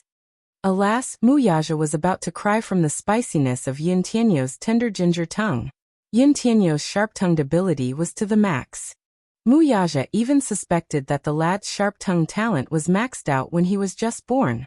Every word he said was mercilessly rebutted by Yin Tianyu. He was invincible. Yin Shirshi's lips twitched as she helplessly said, "Stop fooling around." Chapter 688. Yin Tianyu complained bitterly, "Mommy, Yu wants a hug." Yin Shirshi's eyes flickered. Just as she was about to walk toward Yu, Xiaoyichen pursed his lips and pretended to cry. "Mommy, Xiaoyichen wants a hug too." "Mommy, I want a hug." Yu pouted. "Mommy, I want a kiss." Xiaoyichen sobbed. Yin Shirshir was a little overwhelmed by this scene. She could not split herself. The two little lads were calling for her.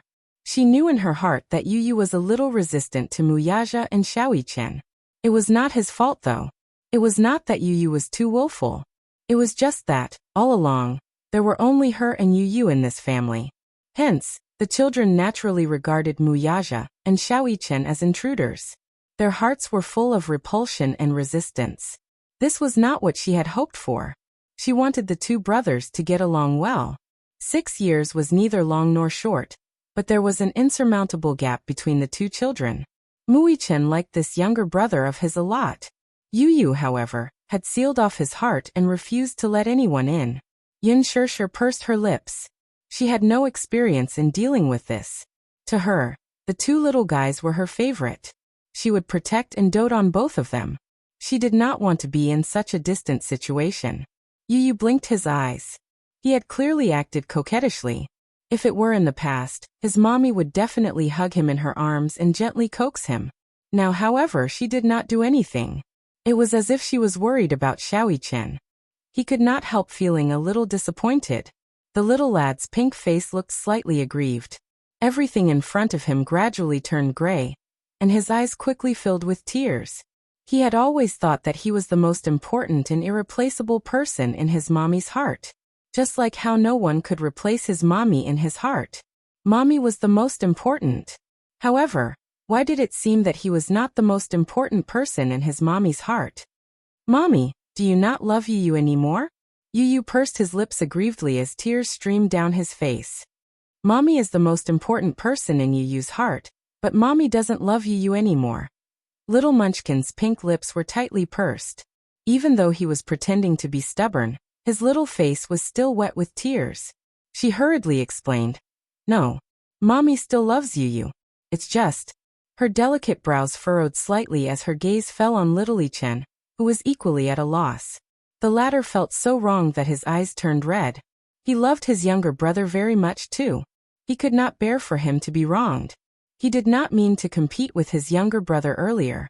He just thought that it was a joke, and that he was just teasing him. On the one hand, he wanted to get closer to Yin Shirshir. His daddy told him that this woman was his dearest mommy, and this child was his biological younger brother.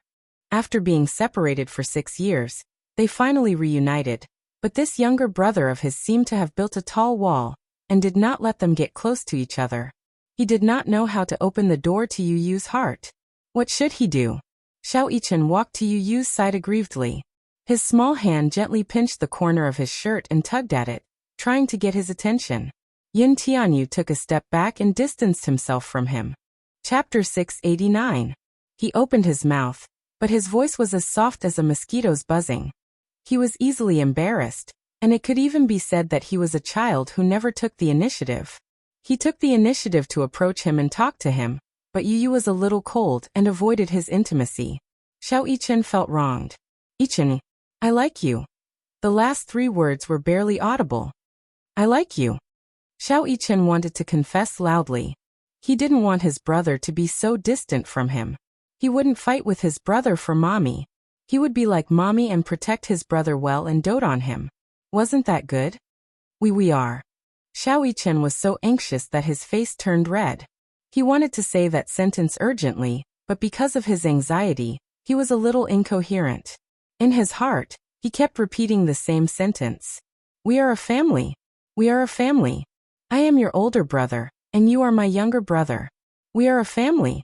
I will dote on you like mommy, protect you, and not let anyone bully you." However, Yu stood at the side from the beginning to the end. He looked down and turned his face to the side, not looking at them. Yin Shirshir couldn't stand it anymore. She walked over and squatted beside him. Seeing that he was biting his lip in a fit of pique, she helplessly comforted him. "Yu, don't throw a tantrum." "I'm not." Yu looked at her with reddened eyes. His gaze was affectionate and a little helpless. "Mommy, I don't want daddy or brother. I only want you. I don't want them." Behind him, Xiaoyichen looked as if he had been struck by lightning. He was stunned and his body was extremely cold. Muyaja's expression was calm. Yu's reaction was as he had expected. This child's possessiveness towards Yin Shirshir was unusually strong. Yu was a stubborn child. No one could change the fact that he had decided on. Yin Shirshir didn't expect this child to be so stubborn. She was angry and amused at the same time. "Yu, be good. Don't mess around." I'm not messing around." Yu hugged her tightly and said helplessly, "I don't like them. I tried to accept them, but Yu couldn't do it. Yu only wanted mommy. Mommy was enough. Was it not enough for mommy to have Yu? You can protect mommy, raise mommy, and love mommy. You. Yin Shirshir held her forehead and let out a long sigh. Her heart ached a little. She had never seen Yu so helpless before. His eyes were filled with fear, as if he was about to lose her. Despair. But he wouldn't lose her. Could it be that in this family, there would be another daddy, another older brother to accompany him and dote on him? Her love for him would not decrease either. Wasn't that good? Yu, he's your older brother. He'll dote on you and love you just like mommy does. Xiao-Yichen immediately nodded vigorously. Then he looked at his face with a pair of eager and hopeful eyes. Even if he nodded, Xiao-Yichen wouldn't be able to control himself, and would hug him tightly in joy. Yu followed Yin Shirshir's voice and turned to look at Xiao-Yichen, who was standing behind her. This child had the same appearance and facial features as him. There were very few twins who looked like them. Their facial features were so similar that it was as if they were cast from the same mold. If the two little lads stood together, regardless of height, it was almost impossible to tell them apart. But in the end he could only shake his head in disappointment and close his eyes. It was as if he was escaping. Chapter 690. Mommy is fierce. Yu stared at her innocently with his big, clear eyes as though he was silently accusing her. Yu is disobedient. Yin Shirshir frowned and looked at him angrily. Yu had never seen Yin Shirshir angry. She had always been as gentle as water and had never been angry with him. However, she actually said that he was disobedient because of them. How was he disobedient? Yu pursed his lips and clenched his fists tightly. He released them and clenched them again. He said sadly, "Mommy is stupid. Yu, don't bother with mommy." With that, the little guy ran back to the bedroom in a fit of pique. Bang! He slammed the door shut. In the living room, the three of them looked at each other and smiled helplessly. Xiao-Yichen said sadly, "Mommy, did I make little brother angry?" In the bedroom, Yu buried himself in the blanket and covered himself with it in a fit of pique. His small body curled up into a ball under the blanket and hugged himself tightly like a helpless baby. His eyes had long dried up, and there were no more tears. However, his heart felt as though it had been viciously ripped open by a sharp object and was bleeding profusely. The door was slowly opened, and the sound of light footsteps came to the bedside. Was it mommy? Did mommy come to coax him because she was afraid that he would be angry and sad? Yu carefully lifted a corner of the blanket and saw Xiao-Yichen's bright and sunny smile. It was as though a huge hole had opened up in the darkness. The sunlight shone through the hole, and it was warm. Yu was stunned and his eyes widened. Yu. Xiao-Yichen called his name carefully. His face was so gentle that it was almost dripping with water. His heart skipped a beat. The grievance in Yu's eyes faded a little. What? I. Xiao-Yichen gritted his teeth and said somewhat awkwardly, "I like you. I know." Yu was a little arrogant. He snorted as if he was embarrassed and quickly covered his face with the blanket again. At this moment, Yu's handsome little face was slightly hot because of Xiao-Yichen's shy confession. Xiao-Yichen grabbed a corner of the blanket and smiled. "It's okay if you don't like me. I'll protect you. I know you're afraid that I'll steal your mommy from you, right?" Little Munchkin remained silent under the blanket. Xiao-Yichen blinked and smiled. "Don't worry, I won't steal your mommy. Because I'm the older brother. I'll let you have your way. I don't want you to let me down." Little Munchkin's muffled voice came from under the blanket. "Mommy was originally mine, humph." "I know." Seeing that he was willing to talk to him, Xiao-Yichen was a little happy. When he first met Yin Tianyu, he had a strange feeling. This child was clearly covered in thorns like a small hedgehog, but he still felt a sense of closeness toward him. He liked him. From the first time he saw him, he liked this younger brother. He was smart, cute, and sometimes had a sharp tongue. He even deliberately teased him with difficult math questions. Still, he was so smart and cute. "Brother, don't be angry. It's my fault today. I wanted to play with you and made you sad. I won't do it again," he sincerely explained. Yu's face flashed with surprise. He was a little surprised. Chapter 691.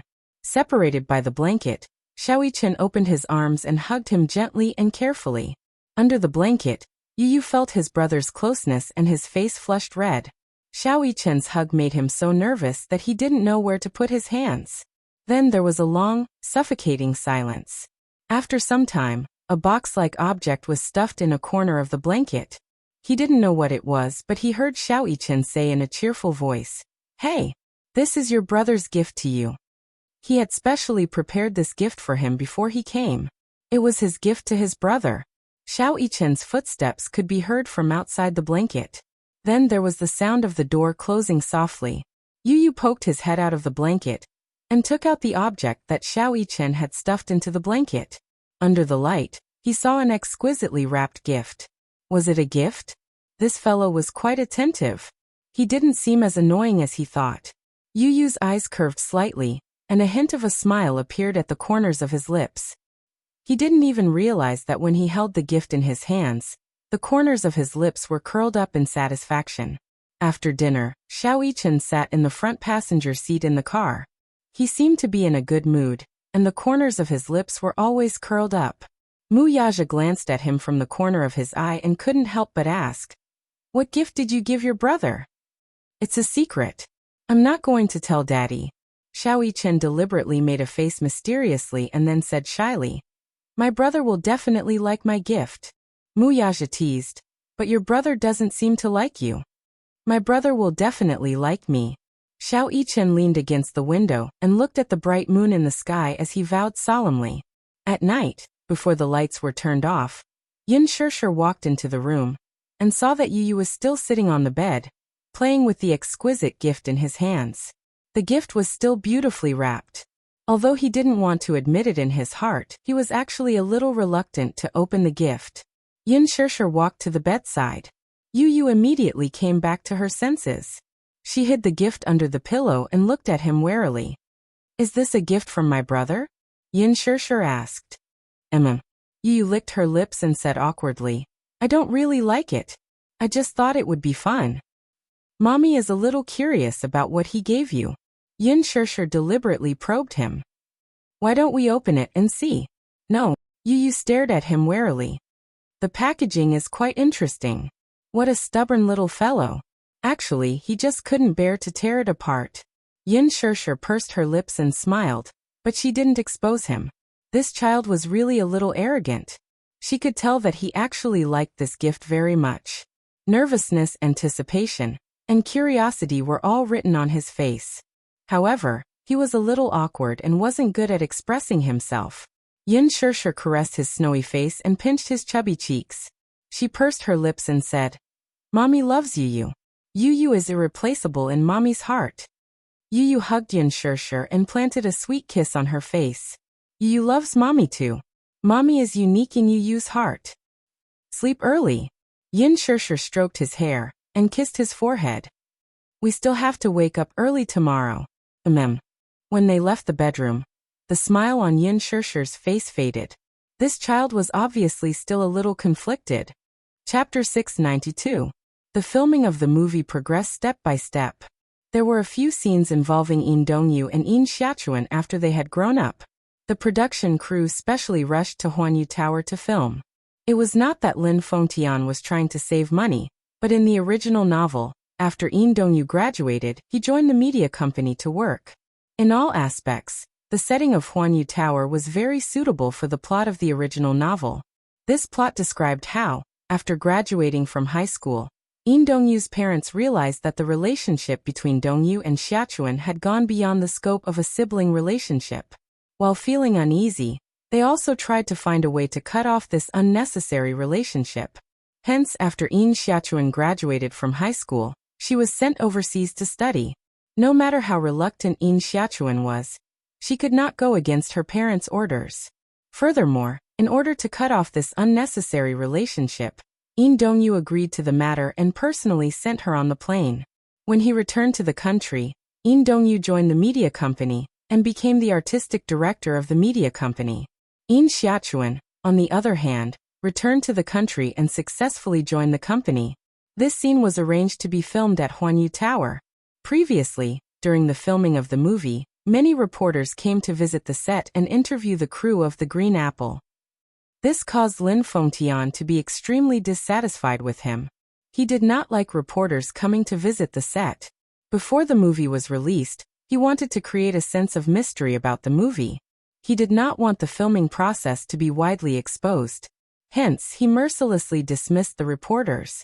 The reporters complained a lot about this, but there was nothing they could do about Lin Fengtian. Actually, they had an ulterior motive for coming to visit the set. Instead, they were using the excuse of visiting the set to dig up information about the two main leads, Gu Xingze and Yin Shishir. When Yin Shishir walked out of the changing room, she happened to see Gu Xingze passing by the door.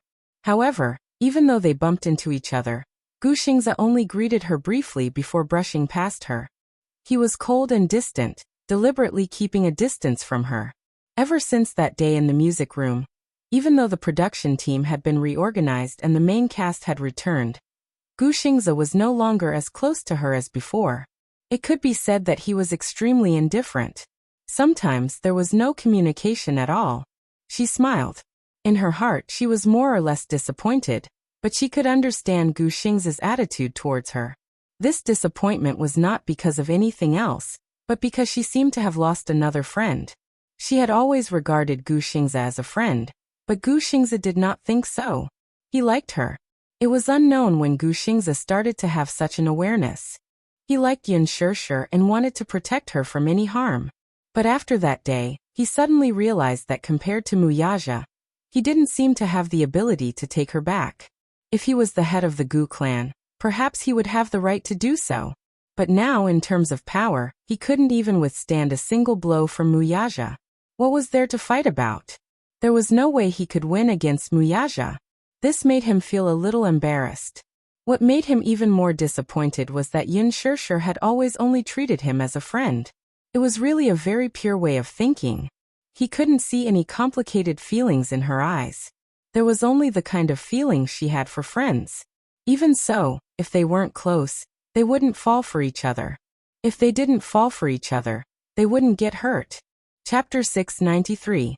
In the dressing room, Yin Shishir sat in front of the dressing table.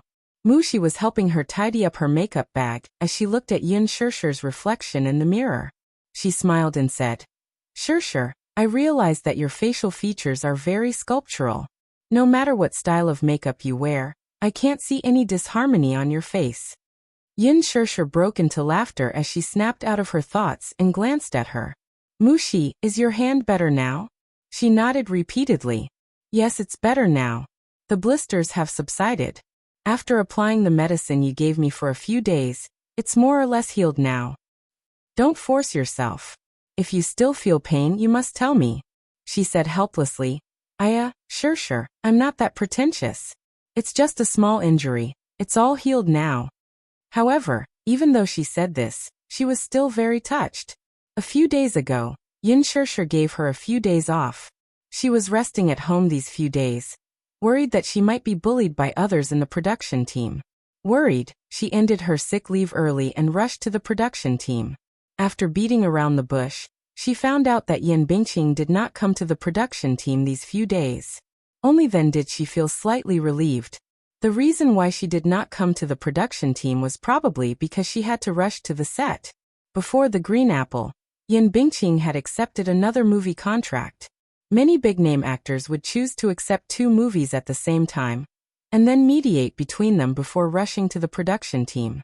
Lin Fengtian hated this method. She did not even have the basic qualities of an actor.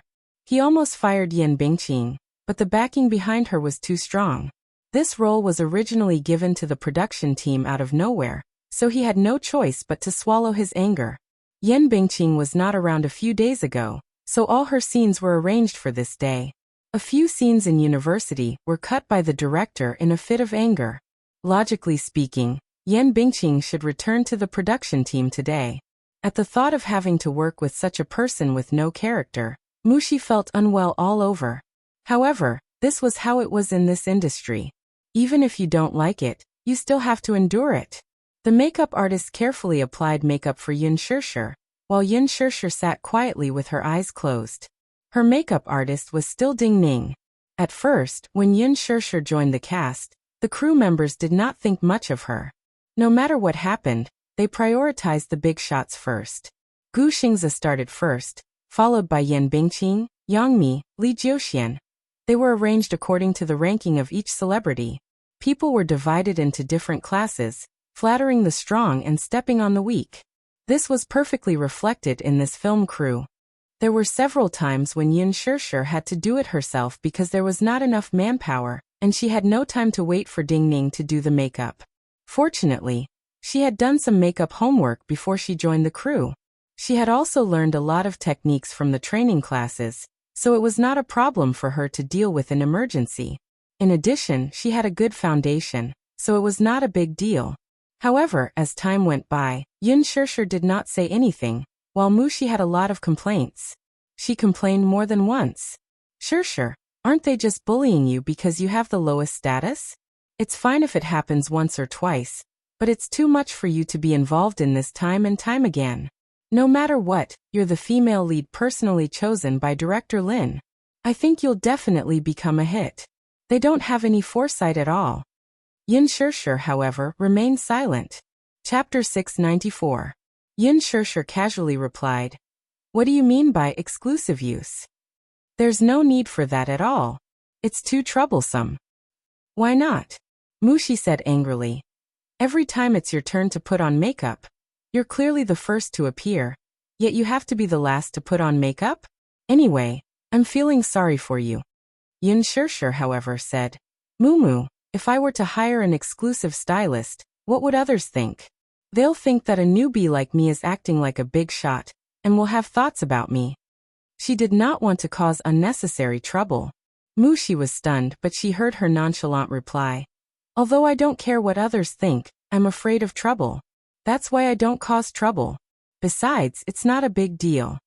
Yin Shirshir had been in the production team for some time. With the exposure of the behind-the-scenes footage of her filming on the official Weibo of the Green Apple, she had accumulated a lot of fans. Now the number of fans on Weibo had exceeded the 5 million mark.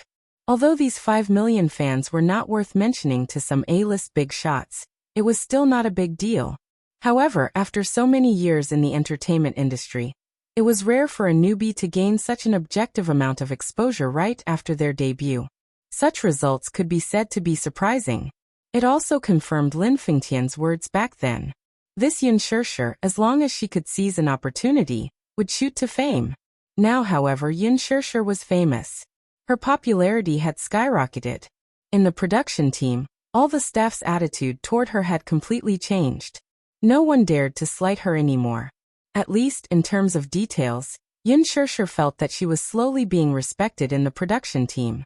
Ding Ning also took notice of her. "Shirshir, you're so beautiful and photogenic." Ding Ning finished applying her eyeshadow and looked at Yin Shirshir's mesmerizing eyes in the mirror. She could not help but click her tongue in praise.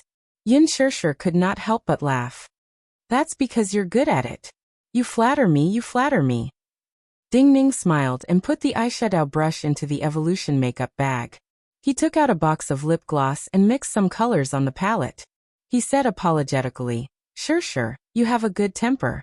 Putting on makeup for you is what makes my job so fascinating." From the first time he met Yin Shirshir, Ding Ning had a good impression of her. He felt that she was modest, polite, and very gentle.